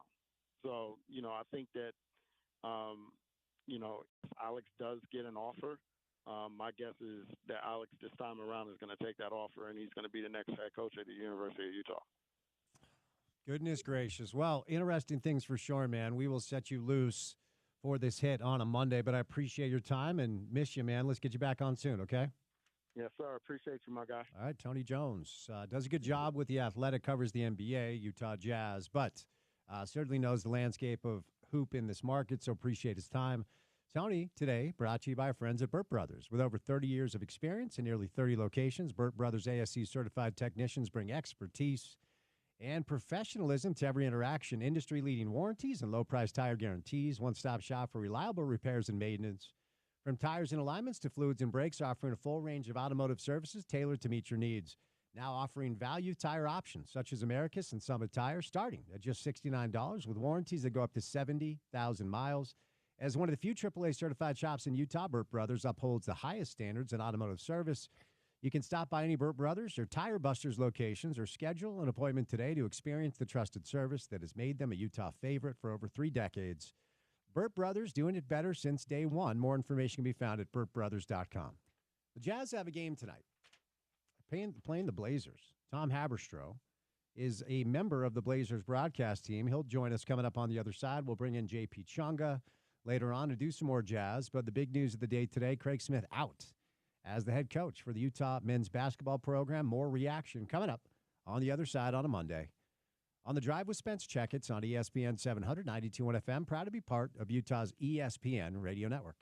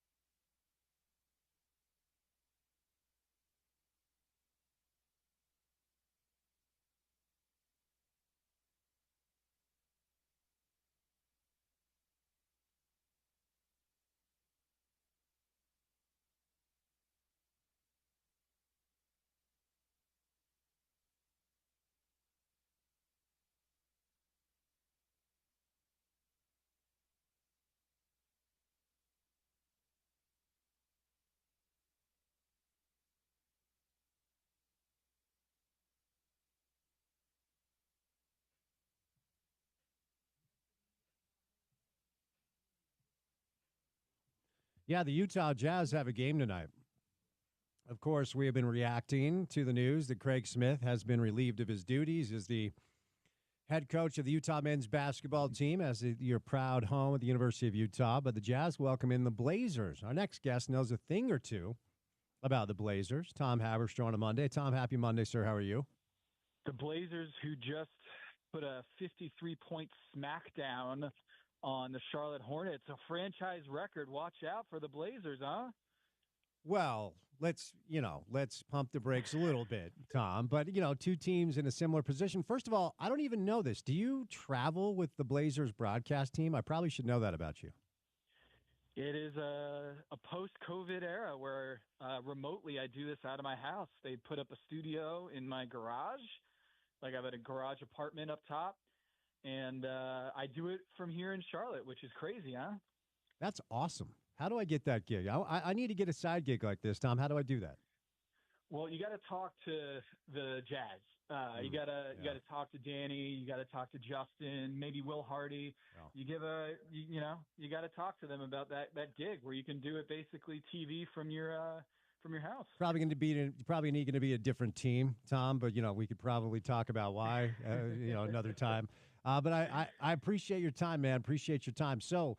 Before we get to Jazz Blazers, let's kind of jump around a little bit, do some big picture NBA stuff since I've been able to talk to you since the All-Star break. And, of course, since we're both NBA media members, we have to do the topic on the show. How did you digest the All-Star break, and what do you think about, the conversation surrounding it? And is it even a game that we need to have anymore? And your thoughts on the new format? I just need the Tom Haberstroh take on All-Star weekend.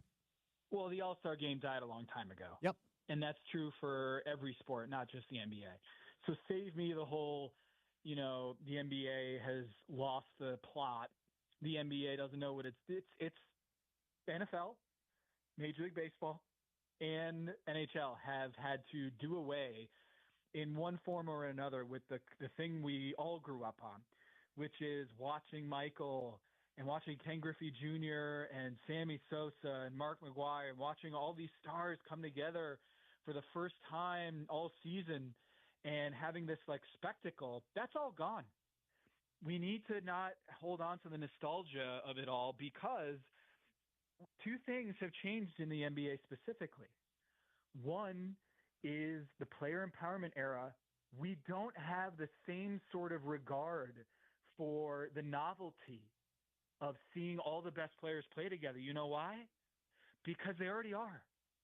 Luka Doncic just got traded to the Lakers, and LeBron has now played with Luka, Anthony Davis, Kyrie Irving, Kevin Love, Dwayne Wade, Chris Bosh.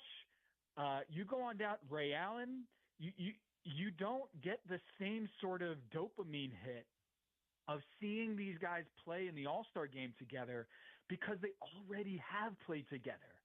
And it's a different era in that respect. And secondly, the social media cell phone era has made it so that we have instant access to all of these guys.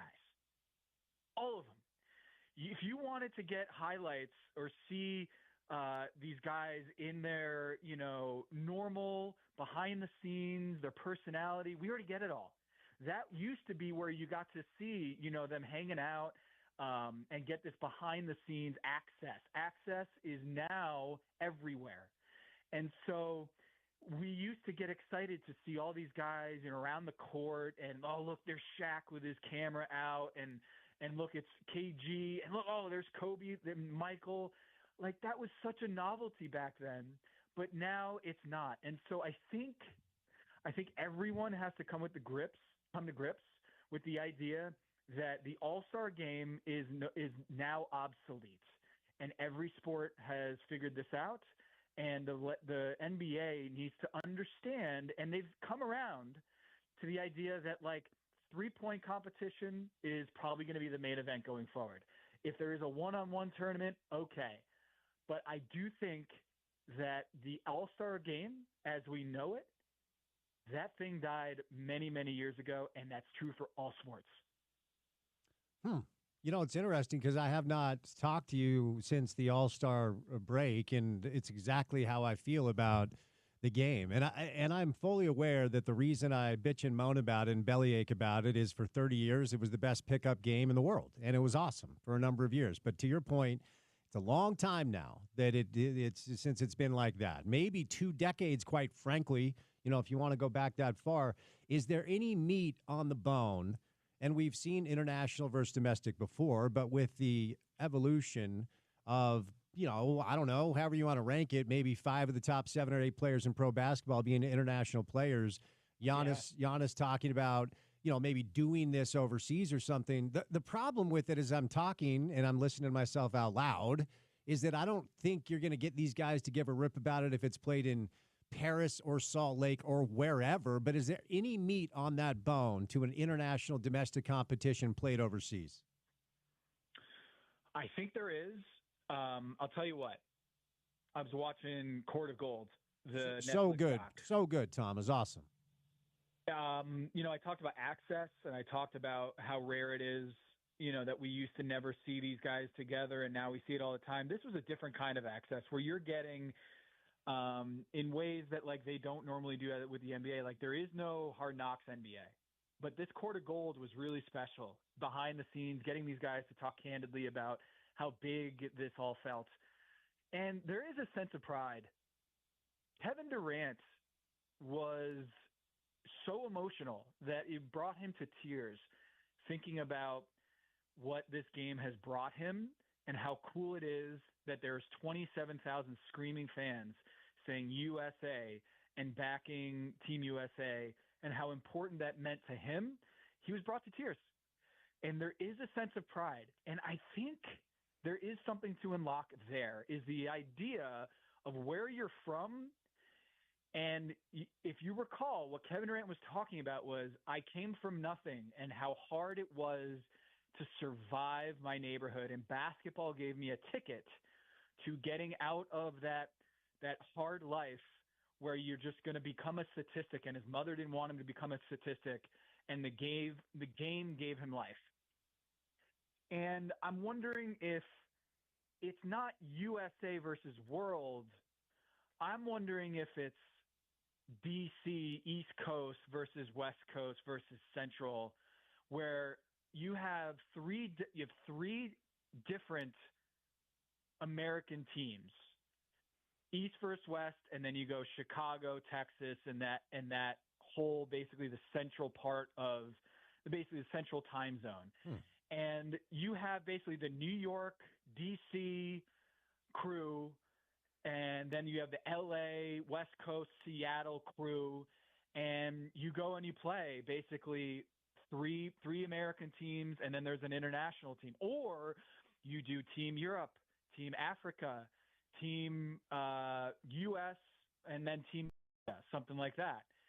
I think there's something there, but East versus West, I'm sorry. These people who think that that's going to revitalize things, no one cares. The players don't care. East versus West isn't a thing anymore because players are switching teams from East to West all the time right now. I don't think there's a sense of pride East versus West anymore, especially in the player empowerment era. But I do think there might be a four nations thing possible with the NBA, but they're gonna have to thread the needle, and we probably could do 8 podcasts on this concept.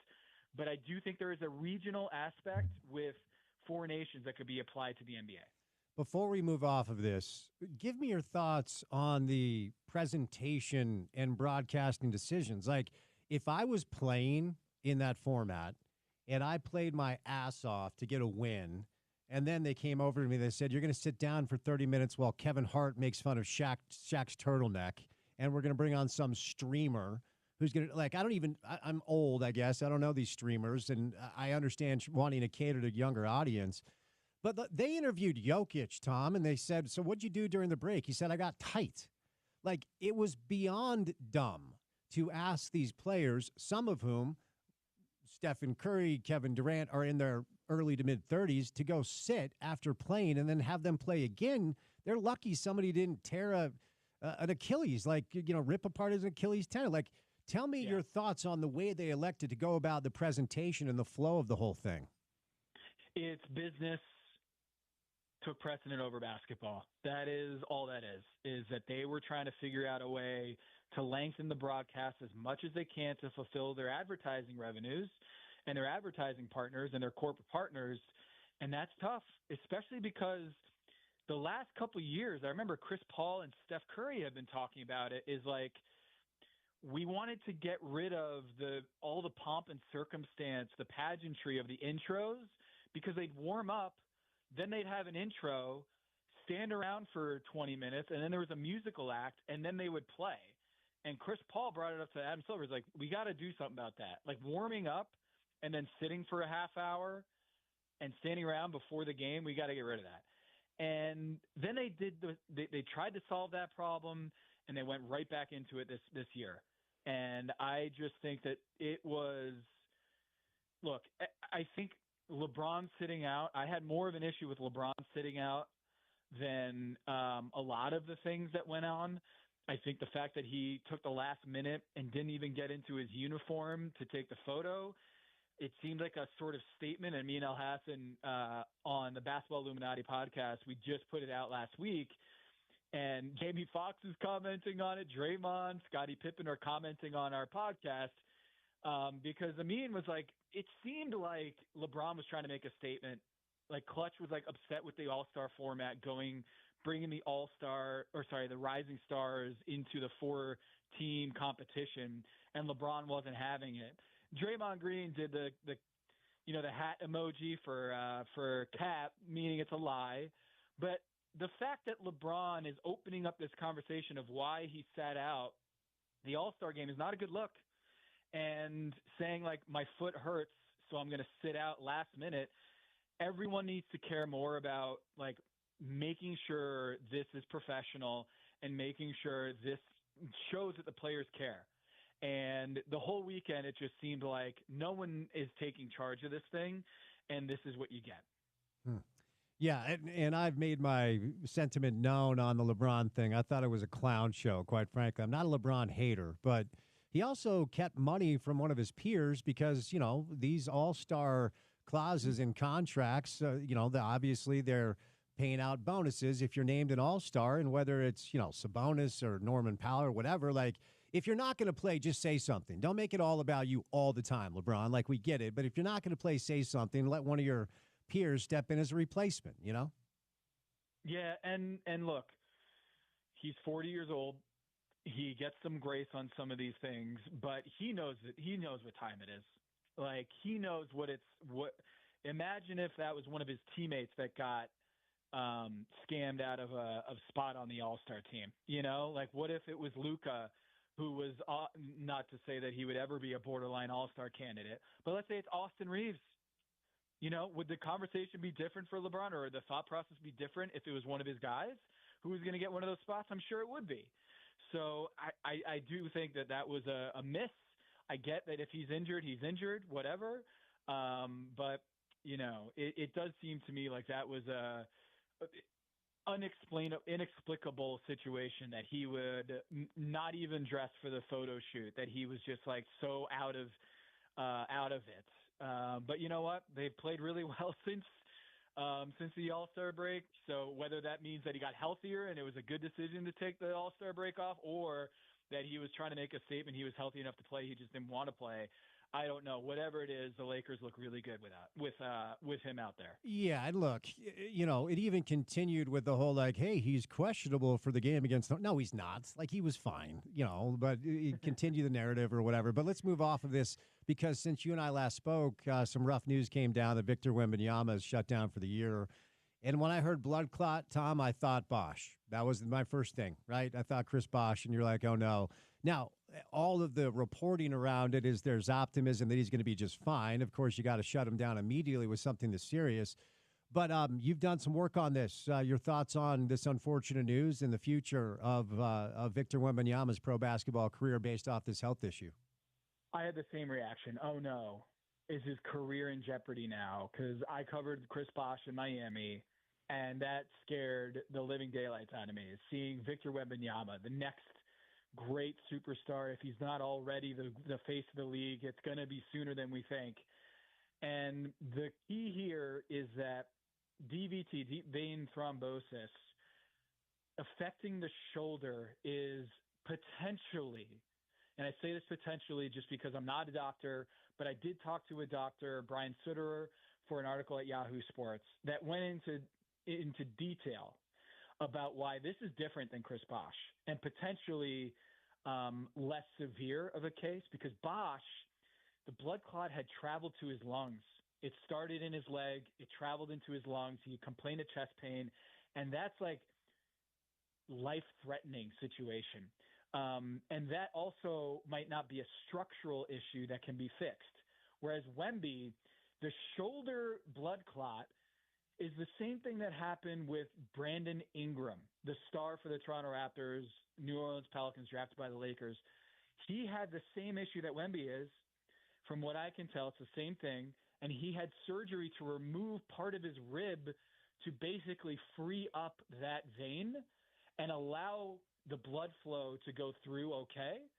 And by doing that, he hasn't had an issue since. And so that was right before the AD trade. He had the DVT, the same thing that Wemby has, and he took, some time off, and he got traded to the Pelicans and then had an all-star year the first year. So he's had his best years after DVT, which is to say that Wemby does have a very serious condition right now, a serious medical issue, that if he does take care of this, like Brandon Ingram's situation was taken care of, he might be fine. And we might not ever see the words, or associate it with career threatening or any sort of thing like that. And so Wemby, while he is having season-ending treatment, I do think there is optimism from a medical standpoint that if this is a Brandon Ingram situation, it is not a Chris Bosh situation. And blood clots are scary, but it is apples and oranges in some sense, where because this was a shoulder deep vein thrombosis, thoracic compression syndrome, I believe it's what it's called, this is a shoulder issue, blood clot issue, not a leg one. And I think that's a very important distinction between what we're seeing with Wemby and Bosh. All right, one question about a team out east, and that is my beloved New York Knickerbockers that can't seem to win a game against a really good team. At least out that way. But ultimately, I still think it's a team that can obviously make the postseason, win a round, and maybe that's it. I don't know, but we all know that Boston is still perceived to be the best team out that way, and the Cavs just won't stop winning. So it does appear that there's a tier of two and then a drop-off, and maybe it's the Knicks and get into the Bucks and the Pacers or whatever. But what are your thoughts on, for whatever reason, the Knicks' inability, at least on paper as of now, and what we're seeing when it comes to playing good teams? They just can't seem to get it done. One, it is a concern of mine that they are not able to play up to the abilities of the rest of the cream of the crop in the NBA, that they cannot get over the hump. And it's not even just it's not even winning those games that's been elusive. It's even being competitive in those games that's proved elusive for the New York Knicks. They're getting blown out, not just losing, but it's not even close. So that's one thing that is a concern. And I think it's the defense, is that when you're playing against 75% of the NBA, they can score enough that they can basically, in the most purest sense, outscore the opponent, that they can be an average defense and get away with it. Against top 10 offenses, the Knicks defense has the 29th ranked defense, according to cleaningtheglass.com. That's absurd. Like, Tom Thibodeau's defense being the second worst in the NBA against good offenses is unheard of. And the second part of this that I want to talk about is Karl Anthony Towns should not gone back in that game yesterday. And he had a knee injury. He could barely walk. And then in the fourth quarter, he's at the scorer's table and comes back into the game in a blowout. That should not happen. And Tibbs, we've been down this road so many times, and I do think there is a Tibbs tax where he demands so much of his players in the regular season, and we're seeing it with the minutes totals. He gets really great regular season results, but last year I think is more common than not where they just break down. And I'm worried about the Knicks on two fronts. One, their ability to play with the best of the best, And two, I am worried about Karl Anthony Towns' knee. And if they've got this investment in Karl Anthony Towns and he's got a knee injury that could be problematic going forward, they got like 4 more years on that contract. And it can go from a bad situation to a really bad situation if there's any sort of issue there with his knee. All right, Tom, before I set you loose, Jazz Blazers tonight. Make it interesting. Go. Well, I think when you look at the Toumani Camara, this guy, I think is going to get a lot of talk for all defense, maybe even defensive player of the year. He shut down LaMelo Ball a night ago. He shut down Tyrese Halliburton. This guy, Toumani Camara, he's worth the price of admission watching him, what he does up and down the floor. So this guy was a second-round pick, traded from Phoenix in the DeAndre Ayton deal. Yusuf Nurkic. Phoenix have been awful this year, and Toumani Camara is one of the best defenders in the NBA. So the Blazers just put a spanking on the Hornets, a 53-point win franchise record. And I got to tell you, this guy, Toumani Camara, who had a plus 45 in the plus-minus column, I want to see what he does against Isaiah Collier. I want to see what he does against the Jazz, because what he's been doing against the opponent's best player all season long has been worth the price of admission. So keep an eye on that dude. Toumani Camara from Belgium had 20 points, 10 rebounds, and 6 assists the other night. Watch out for this guy. He's a real gamer. Tom, you are the man. I appreciate the time. Good to catch up. Have a great call on the broadcast tonight, and we'll chat soon, buddy. All right, Spence. Have a good one. All right, Tom Haberstroh, busy guy, writes a piece for Yahoo Sports. I think he has 4 different podcasts. He's on the Blazers analytics team as well on the broadcast side of things. On Twitter, at Tom Haberstroh is where you find him. All right, we'll bring in JP coming up next, former producer of the show. He's now over at the Utah Jazz doing podcasts, and we'll get back to the Craig Smith news coming up in the 5 o'clock hour, an hour of that for you. But let's welcome in Ryan from the Dish Professionals. New year, new you, new budget. Save money. Save money with your cable. Save money with your wireless, and save money with your internet by dialing 801-424-DISH. What's going on, Ryan? You know, and if you were one of those many that have heard my ads, heard me talk about this Netflix free for 2 years if you sign up with Dish, you missed it, but they extended it. So this is a chance. Don't miss out on this offer. This is so cool. We can get you dialed up with a fantastic system, best price out there, guarantee. Price is guaranteed not to change for 2 years, and it's going to be cheaper than a lot of these streaming services. Plus, you get streaming services for free, like Netflix free for 2 years. You'll have access to all your DVR content no matter where you are, including even using it on like an Amazon Fire Stick. It works on apps and computers. Gives you full access, and you get a price that stays the same, plus free programming, and we'll throw in dinner at JCW's. Call us up. Lower your bill. It's only a matter of picking up your phone and calling us. That's the hardest part. We'll do the rest, install everything, get you all taken care of. Plus, I'll actually do a little research and see if there's maybe a pre-qual gift card offer that got mailed out to you. You didn't see it? We'll hook you up with that also. About 60% of the customers that call in actually get these. So if you want to save thousands, pick up the phone and call. If you don't want to save any money, don't call us. Call now, 424-DISH, 801-424-DISH. All right, there he is, Ryan from the Dish Professionals. John Paul joins us coming up next right here on ESPN 700.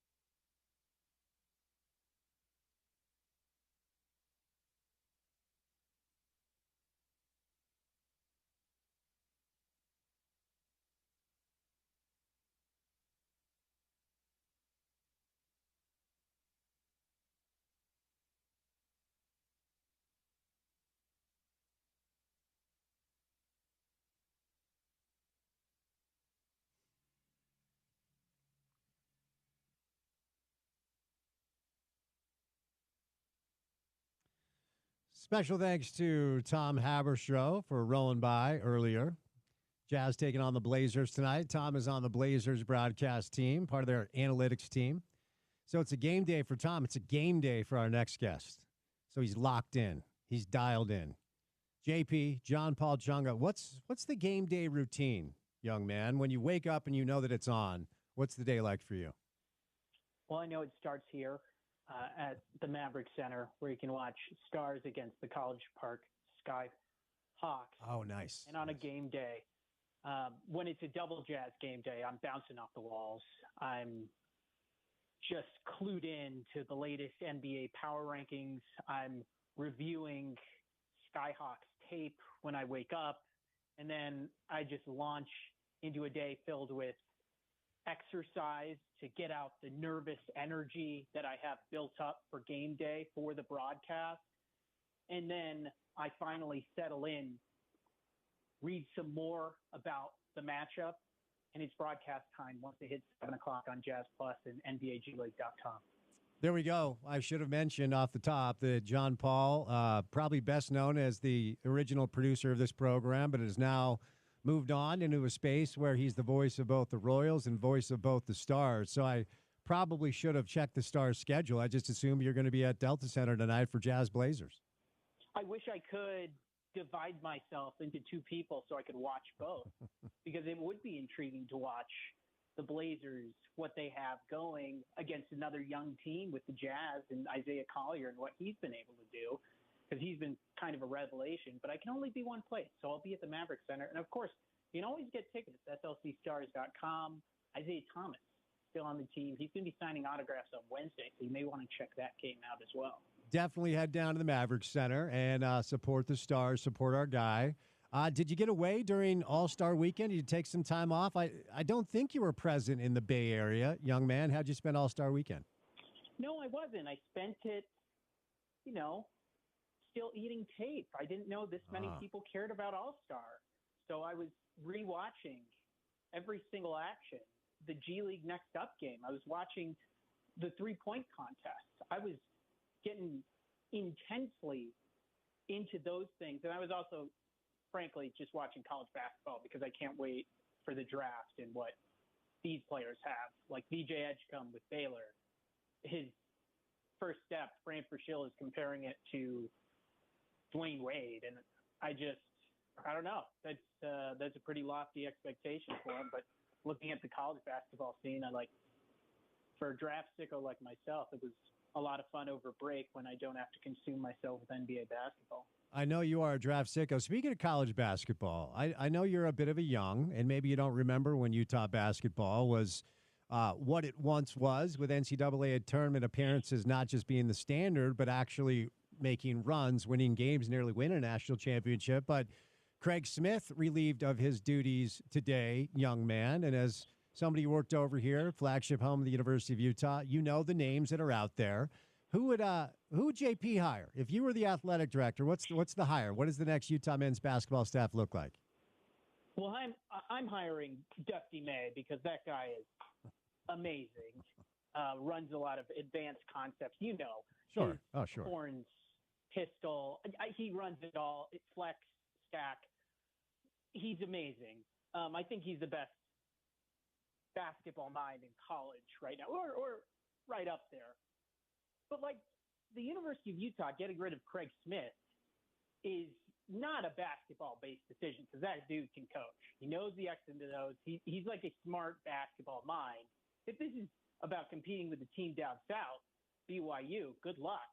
You're going to need to pony up and start paying and delivering on NIL, getting and surrounding it with support, because the football program up there is huge recruiting budget. So you have to do the same for the basketball program on the men's side, at least, because the women have provided a professional coach and an environment where you can get players to Utah. You have excellent facilities up there.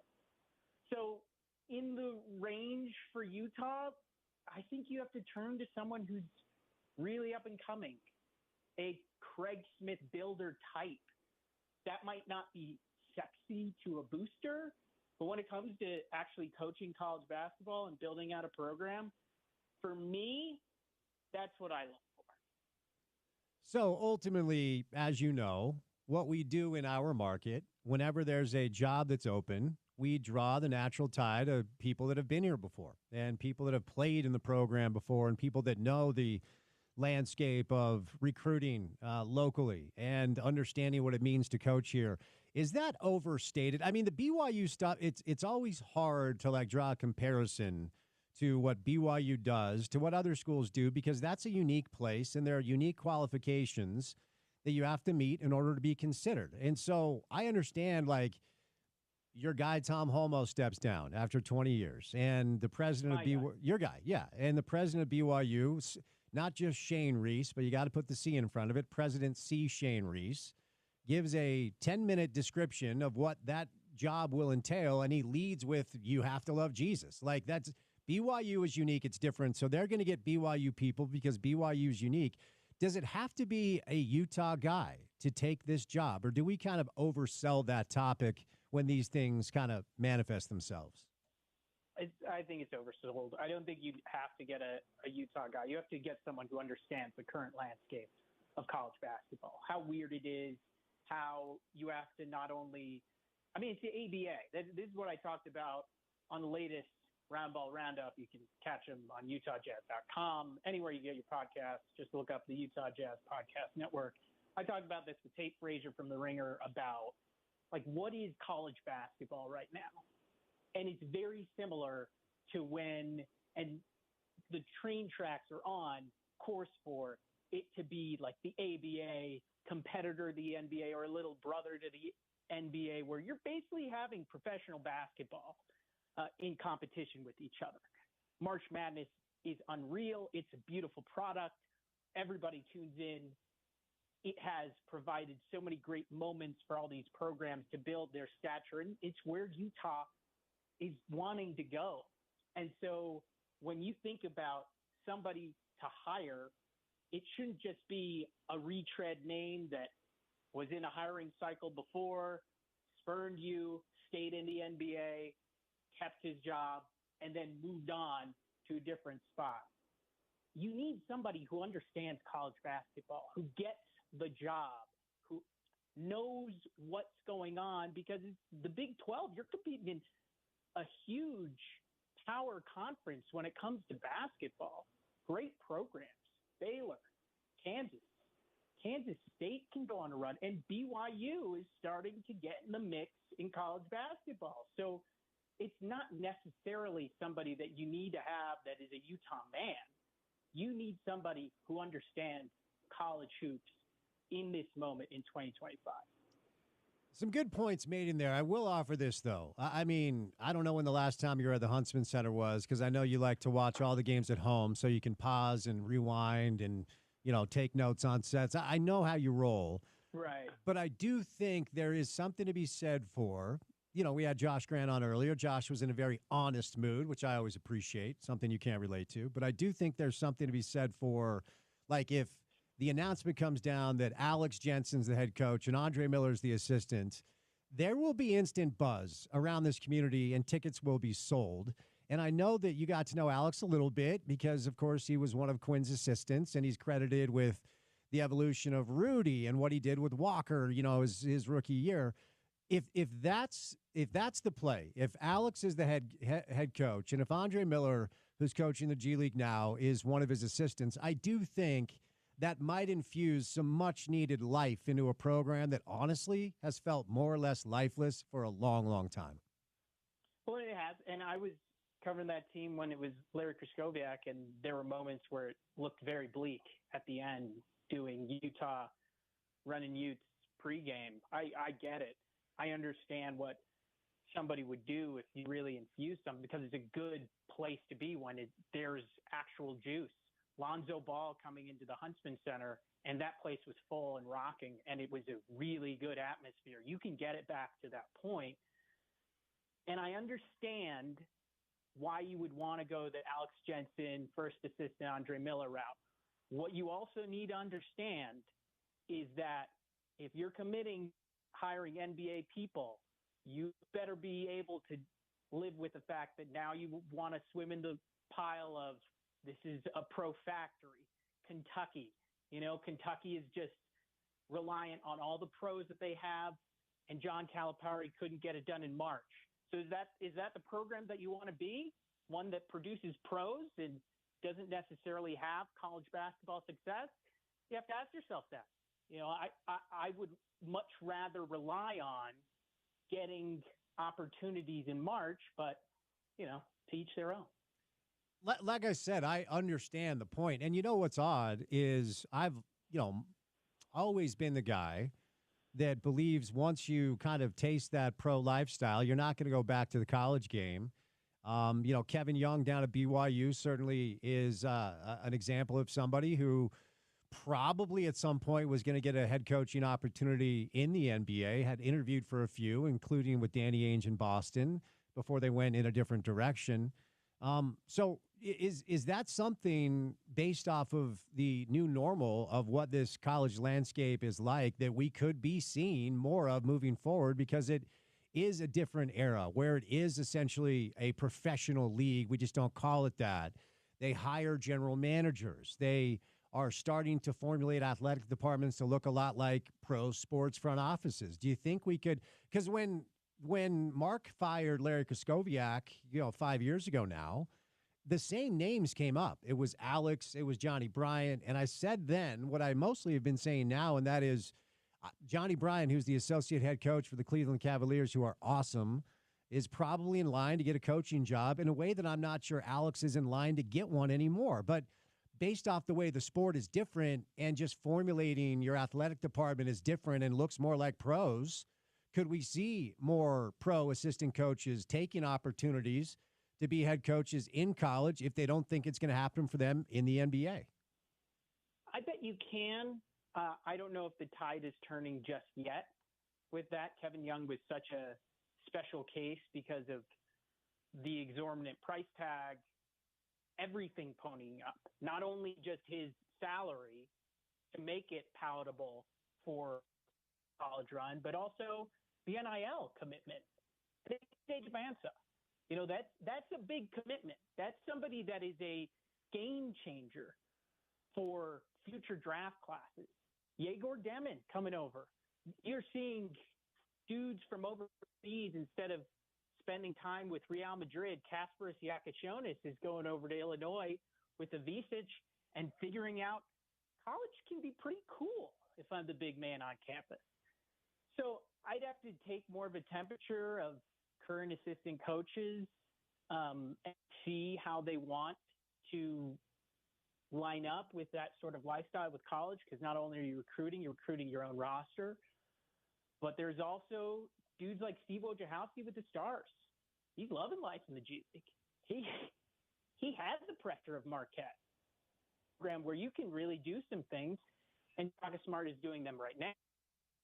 But he finds it more palatable in the NBA life cycle right now. So that's an interesting thought. If there's another after Kevin Young, maybe I'm willing to buy it. But as of right now, I don't know what the status of it is. Who's Syracuse going to hire? Red's got another year. I'm meeting with some Syracuse people this week. Oh, good. Syracuse lacrosse is coming on Saturday. Oh, nice. To take on Utah. Okay. And so I'll be in those rooms, the rooms where it happened. Nice.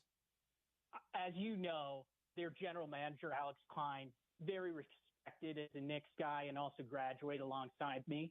So I have a direct line to the general manager for Syracuse basketball. And we're asking some questions, but he's got a great recruiting class with Kean Anthony coming over, Carmelo's son, and Sadiq White. And they've got a big challenge next year in the ACC. So back in red. But we'll see once we have this conversation next year and somebody bounces as a guest. I like it. I just know it's been a down year, and the expectations up there with the orange are sky high. So, you want to be able to bounce back. Hey, let me ask you what it's been like to have Isaiah with the Stars, Isaiah Thomas, who, is not a guy that needs to be doing this. But as you referenced when you joined us last time, he clearly just loves I mean, a lot of these guys, man, it's their life. It's their identity. Durant talks about it all the time. Our guy just loves the ball. What's it been like to have Isaiah Thomas with the Stars? Yeah, he's a great teammate. He's teaching so much while also playing. And as he continues to pour points on these guys, I saw a matchup against Tony Snell, the Sioux Falls Skyforce, Heat Culture coming to Delta Center for a 2-set right before All-Star break. And Isaiah Thomas didn't bat an eye, had back-to-back 30-point games. It's another reminder of how skilled these guys are, because at 5'9", just around the same height as myself, he can still score. He can still draw fouls. He's still doing everything professionally to keep himself ready for game after game after game. I was just at shoot-around today and seeing what he does to stretch his body, get himself ready for just a shoot-around, let alone a game tonight. The ultimate professionalism is a roadmap for other pros there in the G League, because he's done it all, been a bench player, been a starter, been somebody who's been an all-star. He's gotten DNPs, and he can show them what it takes to make the NBA and be a professional for a long time. And that's exactly what he was able to do with 12 years, and still hoping for that next one. Jazz Blazers tonight, fun win over the Rockets. Here's what I want to ask you, though, because and I wouldn't blame Keontae. It doesn't matter what you say. It doesn't matter what level you play on. When you've been starting and you're told you're coming off the bench, you view that as a demotion. Okay, as a former hooper myself, I can tell you that. It's just some of us understand the deal the way others just don't. But I've got to say, when you look at the way he's played since he kind of embraced the situation, he was really good against Houston. And then there's the Collier piece of this, who, he looks like he's going to break John Stockton's rookie record for assists. And obviously John was behind the fastest of them all, my guy Ricky Green. But this dynamic of Isaiah starting and doing what he's done, and Keontae coming off the bench and looking like he's embraced the part. Give me your take on that. Yeah, I think you are right.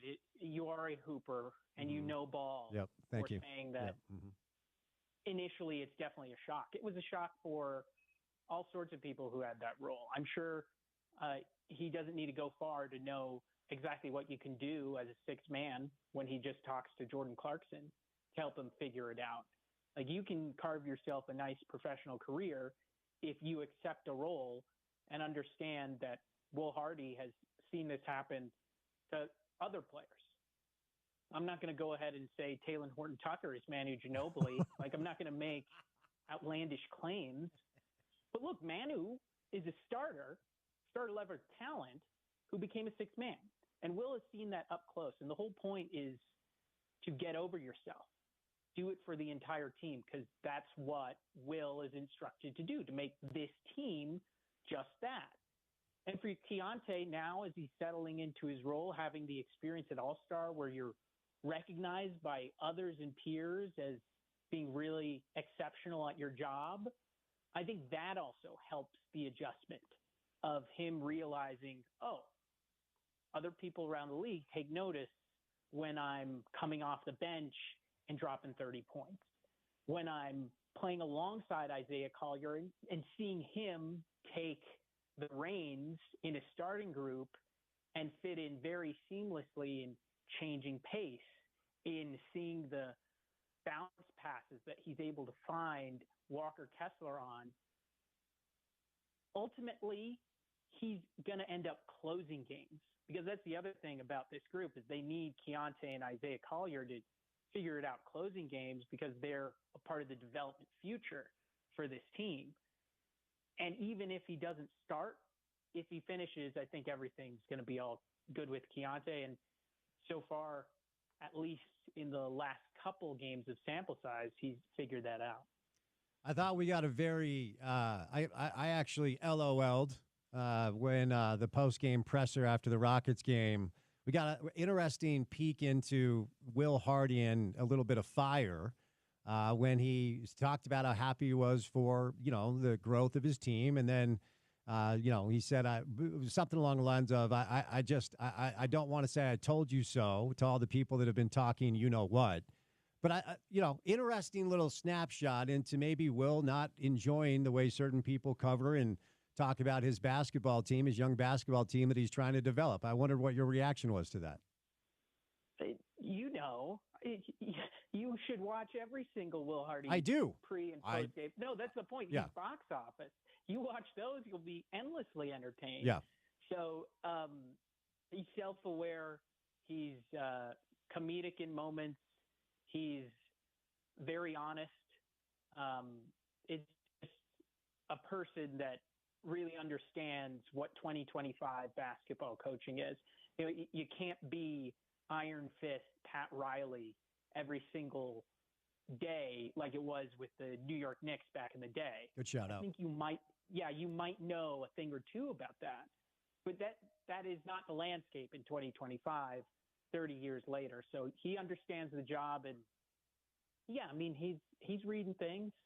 I'm sure we're all reading things, but ultimately all that matters is blocking that out and getting the job done beyond the media availability. I did see a Reddit thread that Markkanen's numbers are down. Oh my. Wow. That's interesting. You should write something on that. Yeah. Start a blog maybe? That could help. That would be one way to get your thoughts out, or you show up, talk to somebody, try to figure out why, or don't talk to anybody and put it in a bullet point, whatever you want. All right, before I set you loose, I hate to do it, man, but I am going to get on my feet and I'm going to clap and I'm going to believe. It's okay. In 2025? No. I'm just saying, if you believe, you will stand up on your feet and you will shout it out. So before I set you loose, I'm sorry about this, but opening night, San Jose, 4-0, RSL. You are a on-the-record RSL skeptic this year. I believe the quote is, they're going to have to win me back after 2 decades of loyalty to our local soccer club. I just have to know how you digested that opening match. So I instead, after the game against the Rocks, because it was the same time, sure. Right? Yeah. I instead, after the game, tuned up Thursday's She Believes Cup tournament against Colombia, where I saw in the 60th minute Ali Sentnor score a star-spangled banger. Okay, it was outside the box, doing what she does. She's the best soccer player in the state. Oh, wow. Also, I think we need to go out and say it definitively, because that's how good she's performing, coming off the U20 World Cup, where she was the bronze player, third best player in the tournament, and then now getting full U.S. women's national team call-ups. She's playing for the Utah Royals. They have a home opener on March 15th against Bay FC, team that came in the expansion as well last year. Always entertaining when those two teams play.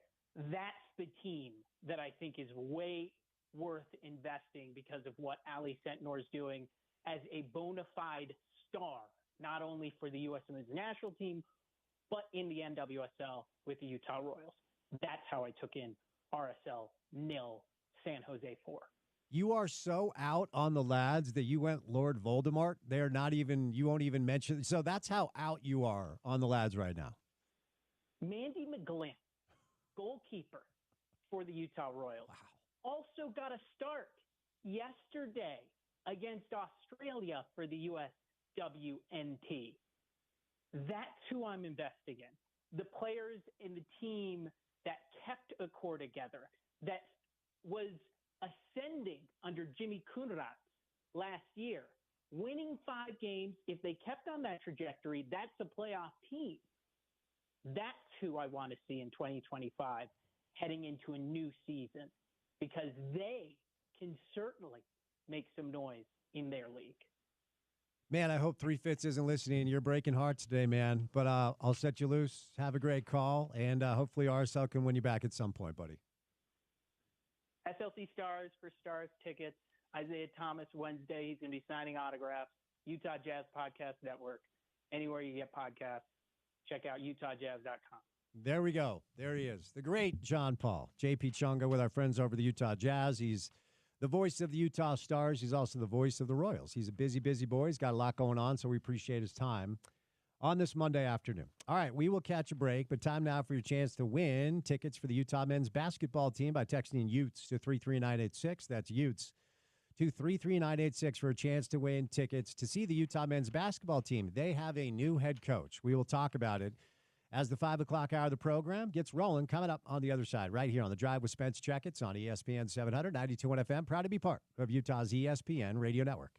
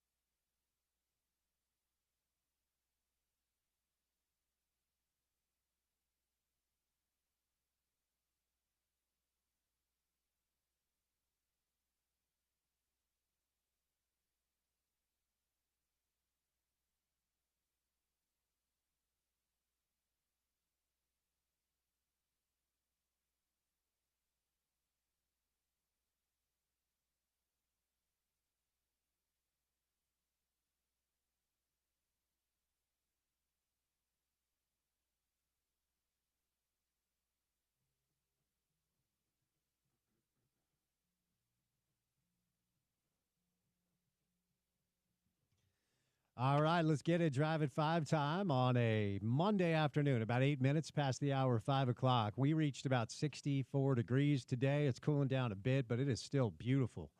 Nice reminder of what warm weather feels like. It's been a while since we've seen 60 degrees here in Salt Lake City, but it's a beautiful day right outside of our Broadway Media Studios here in downtown Salt Lake City, Utah, and as it is every day. It's good to have you along for the ride. My name is Spence Checketts. I host this program. Porter Larson behind the glass producing today. We have had a busy, busy show. About an hour before we crack the mic to start this radio program today, the University of Utah announced it has parted ways with head basketball coach Craig Smith. Josh Eilert, who's an assistant coach for the Utes, will serve as Utah's interim head coach moving forward. Here's what Mark Harlan had to say via a statement that was released a little bit earlier today. I said, quote, "I want to thank Craig for his work and commitment since he arrived here in Salt Lake City. He has led us to special moments and memorable victories, and Craig has poured his heart into building our current team. However, we have greater aspirations for our men's basketball program, both within the Big 12 Conference and nationally, and our expectation is to regularly compete in the NCAA tournament. After evaluating our program under Craig's leadership, I believe a change is needed to get us to where we want to go.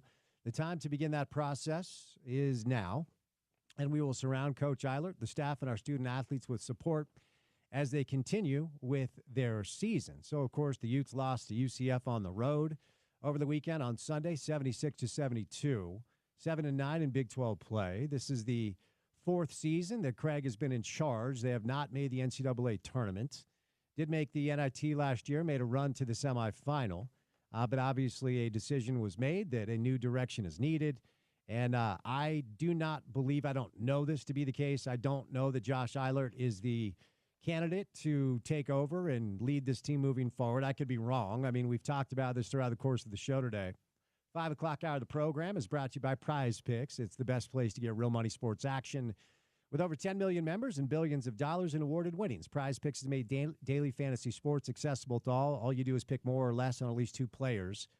For a shot to win up to 1,000 times your cash, you can run your game all season long on Prize Picks. If you think Steph Curry's going to get more than 5 3-pointers this next week, Giannis for more than 35 points, you can cook up hot takes with your friends and win real money this basketball season when you and your crew run your game on Prize Picks. So download the Prize Picks app today.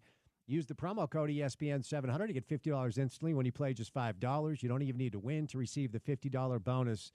It's guaranteed. If you use the promo code ESPN700 when you play your first $5, you'll get extra $50. So definitely check it out.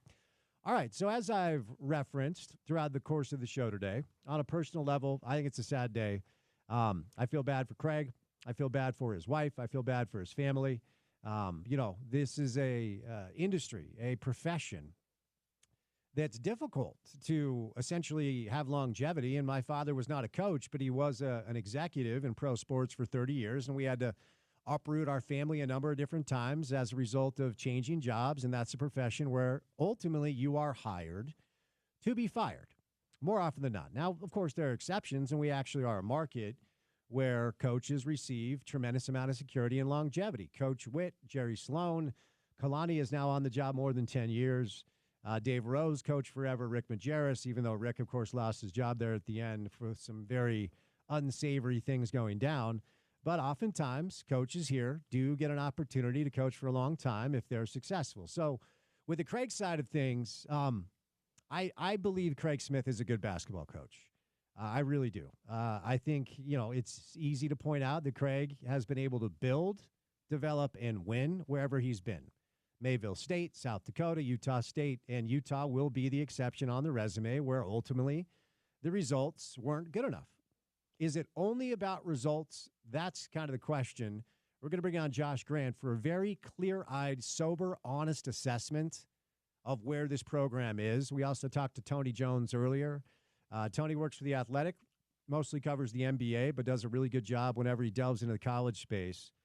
And I received messages from 2 different boosters myself before I cracked the mic today at 2 o'clock to do this show that indicated this was booster-driven. I don't know how much of it is booster-driven, but if there are powerful people that write checks for the institution that aren't happy with the direction of the program, if you're Taylor Randall and if you're Mark Harlan, you have to listen to those messages. It's the lifeblood of everything, certainly now more than ever, with the need to keep up with the Joneses, with the need to ultimately continue to invest, economically with NIL, with coaching salaries, with, the basketball facilities, which are really good up there, by the way. We talk about the Utah football facilities all the time, but the basketball facilities are really good. And in that vein, by the way, I found it interesting that Mark Harlan decided to conclude his statement with this, quote, "We have continued to invest in our men's basketball program, adding staff, increasing compensation, and significantly enhancing NIL opportunities with our partners for our student athletes, and our investments will only grow. I'm confident that our national search, which has already begun, will lead us to the right coach to take our storied program back to national prominence." And that ultimately is going to be what anybody who's going to take this job will ask. Where are we at with NIL? Where are we at with revenue? Where are we at economically with this program?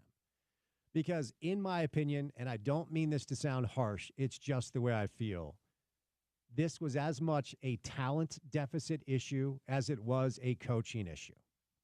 Now, the problem is when you're the head coach of a college football program or a college basketball program, you are also responsible for the talent that you're able to bring in. This is not pro basketball where the general manager and the VP of basketball ops are the ones that make the trades and sign the players and draft the players. No, as the coach, you are the CEO. You're not just in charge of wins and losses. You are in charge of the talent on your team. And if there is a talent deficit, which I believe there is, then that's also a little bit on Craig. It's not all on Craig, but it is partly on Craig. And it's probably partly on the NIL situation with the University of Utah Athletic Department as of now. I don't know what it looks like. All I know is that this team about 40 miles down south reportedly has 2 seven-figure players on their roster this year, in Yegor Demon and Cannon Catchings, and they're paying a player north of $5 million for 5 months of basketball next year, and he's the best player in the country. His name is A.J. DeBonsa. Where's Utah's NIL right now compared to BYU's and others? I honestly don't know.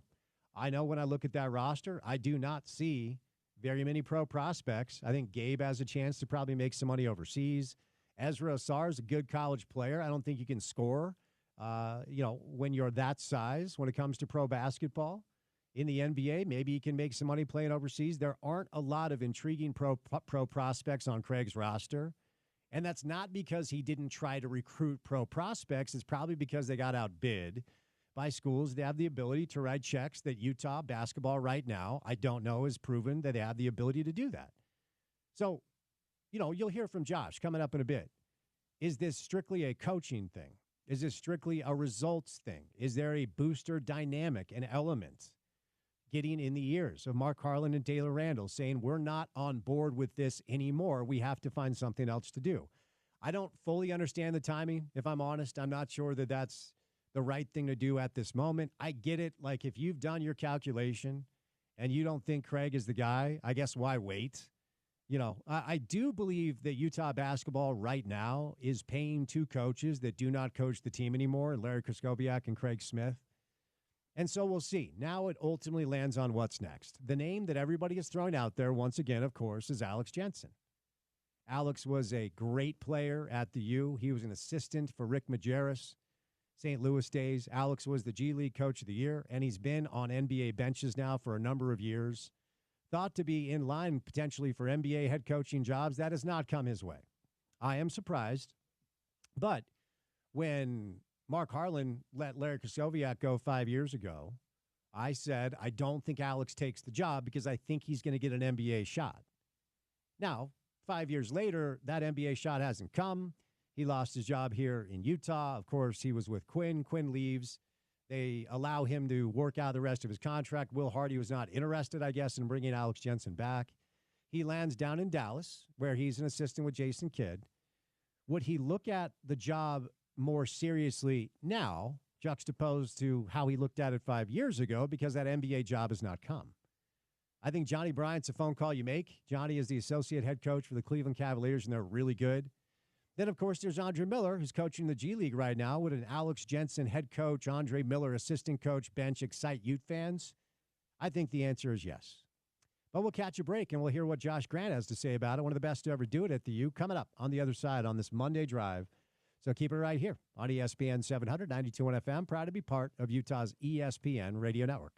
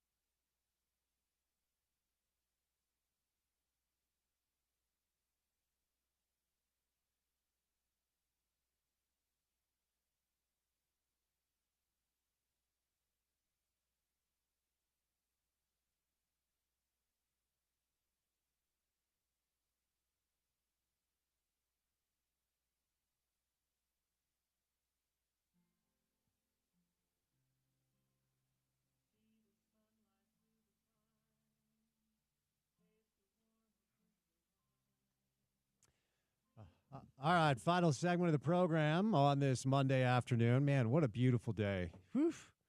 You know, I'll just say this. I know we're not out of it. I know it's still February. We got one more week of February left, and March oftentimes brings cold weather and snow. This is a great reminder, though. I walked out of the house. It's like, you know what? You're not depressed. You're just cold, dude. Like, you just need to, like, get outside, have a little sun. I am a fan of what winter brings our ecosystem, our stratosphere, our area. It's necessary for our economy, and it's beautiful if you're into such things. Just as I get older, I'm not as into such things as I used to be, so I'm not going to lie. 60 degrees hit pretty nicely for your boy today, if I could say that. That's fair, and me too, just to be clear. The seasonal depression part of me loves it, but we don't just need it for skiing and whatnot, remember. Our farmers need it. Listen, just Bill, clear. Just Bill Nye, the science guy over there, calm down. Can you celebrate a 60-degree? I got to do it every time. It's part of this show now. Just celebrate the 60-degree day without giving us a lesson. And you're not wrong. It's important, but we don't need the lesson all the time. We're just celebrating a 60-degree day.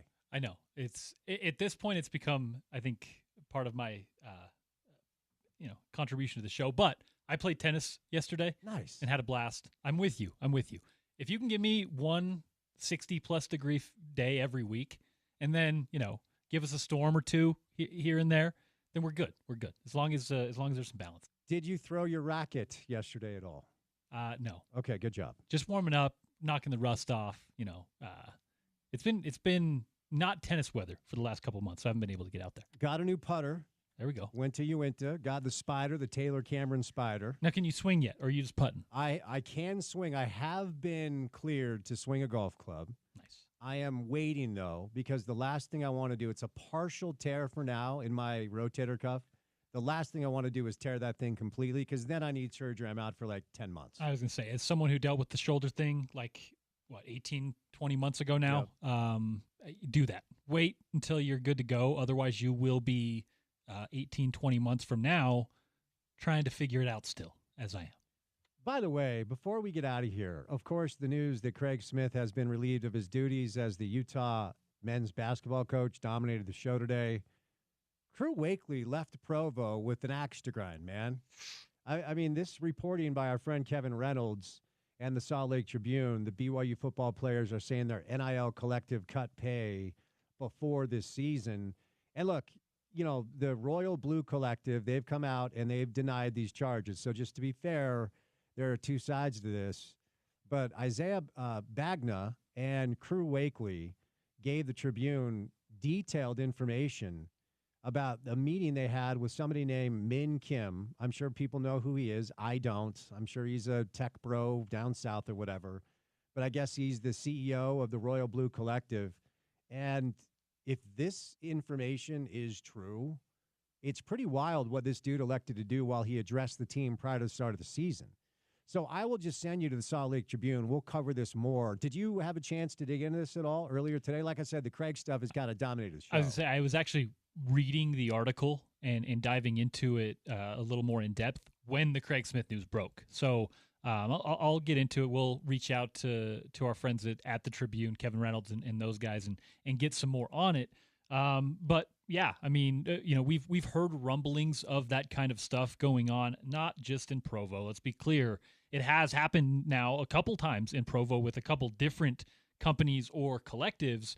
But this is something that we've heard about in a lot of different places. And it's going to be kind of a case-by-case basis, the Wild West, until, Spence, the adults in the room come together and figure this thing out. And that's going to be the reality of it. We're going to hear these stories in Provo, in Florida, maybe in Salt Lake at some point. That is the expectation when you have no bargaining agreement, but you're bargaining. And you're doing this back and forth without any guardrails rules. And it's pretty interesting. But yeah, we'll dive into that one more specifically as the week goes on. Yeah, like I said, I would just go to the Trib and read it. And, of course, all the BYU bros that use the internet to feel brave are attacking Kevin Reynolds. And as I referenced, there are two sides here. I'm not sure exactly which one to land on, but we'll cover this throughout the course of the week. But today, pretty heavy on the news that Craig Smith is out as Utah's head coach. All right, Porter, let's get out of here. But before we do, what comes our way on a Tuesday edition of the radio show? On a Tuesday edition of the show, NBA Daily Assist style, NBA storylines with Tim McMahon. Obviously, Jazz Blazers will expand from there. We'll chat with Roxy Bernstein, talking some hockey, maybe a little Craig Smith and running Utes as well with our guy currently with ESPN and ESPN Radio, formerly of the Pac-12 Network. Sean Mooney stops by, and potentially Bill Riley. We're trying to fill it up with our University of Utah guests reacting to the news that Craig Smith is gone, and then also previewing the Josh Eilert era, which begins in earnest on Wednesday as Utah has a ranked matchup on the slate there. So a busy few days for Utah men's basketball. There you go. So it'll be a jam-packed Tuesday show. We'll say goodnight for this Monday. Special thank you to Bill Armstrong. Fun conversation with the Utah Hockey Club GM. If you missed that, definitely check it out. Josh Grant, Tony Jones, Tom Haberstroh, JP Chunga. Good show today. If you missed any of it, website, ESPN700sports.com. Definitely download our mobile app and take us on the go. It's how I listen to our station. It's that ESPN 700 app. In the App Store, the Google Play Store, finally, for what we do in our space every afternoon for 4 hours. Check out our podcast page, and we call it The Drive with Spence Checketts. That's available wherever you get your shows. Subscribe, rate, review, say nice things, give us all the stars. It helps. Reporter, I'm Spence. Say goodnight. Have a great Monday evening. Talk to you on a Tuesday Drive. As always, you can find that right here on ESPN 700.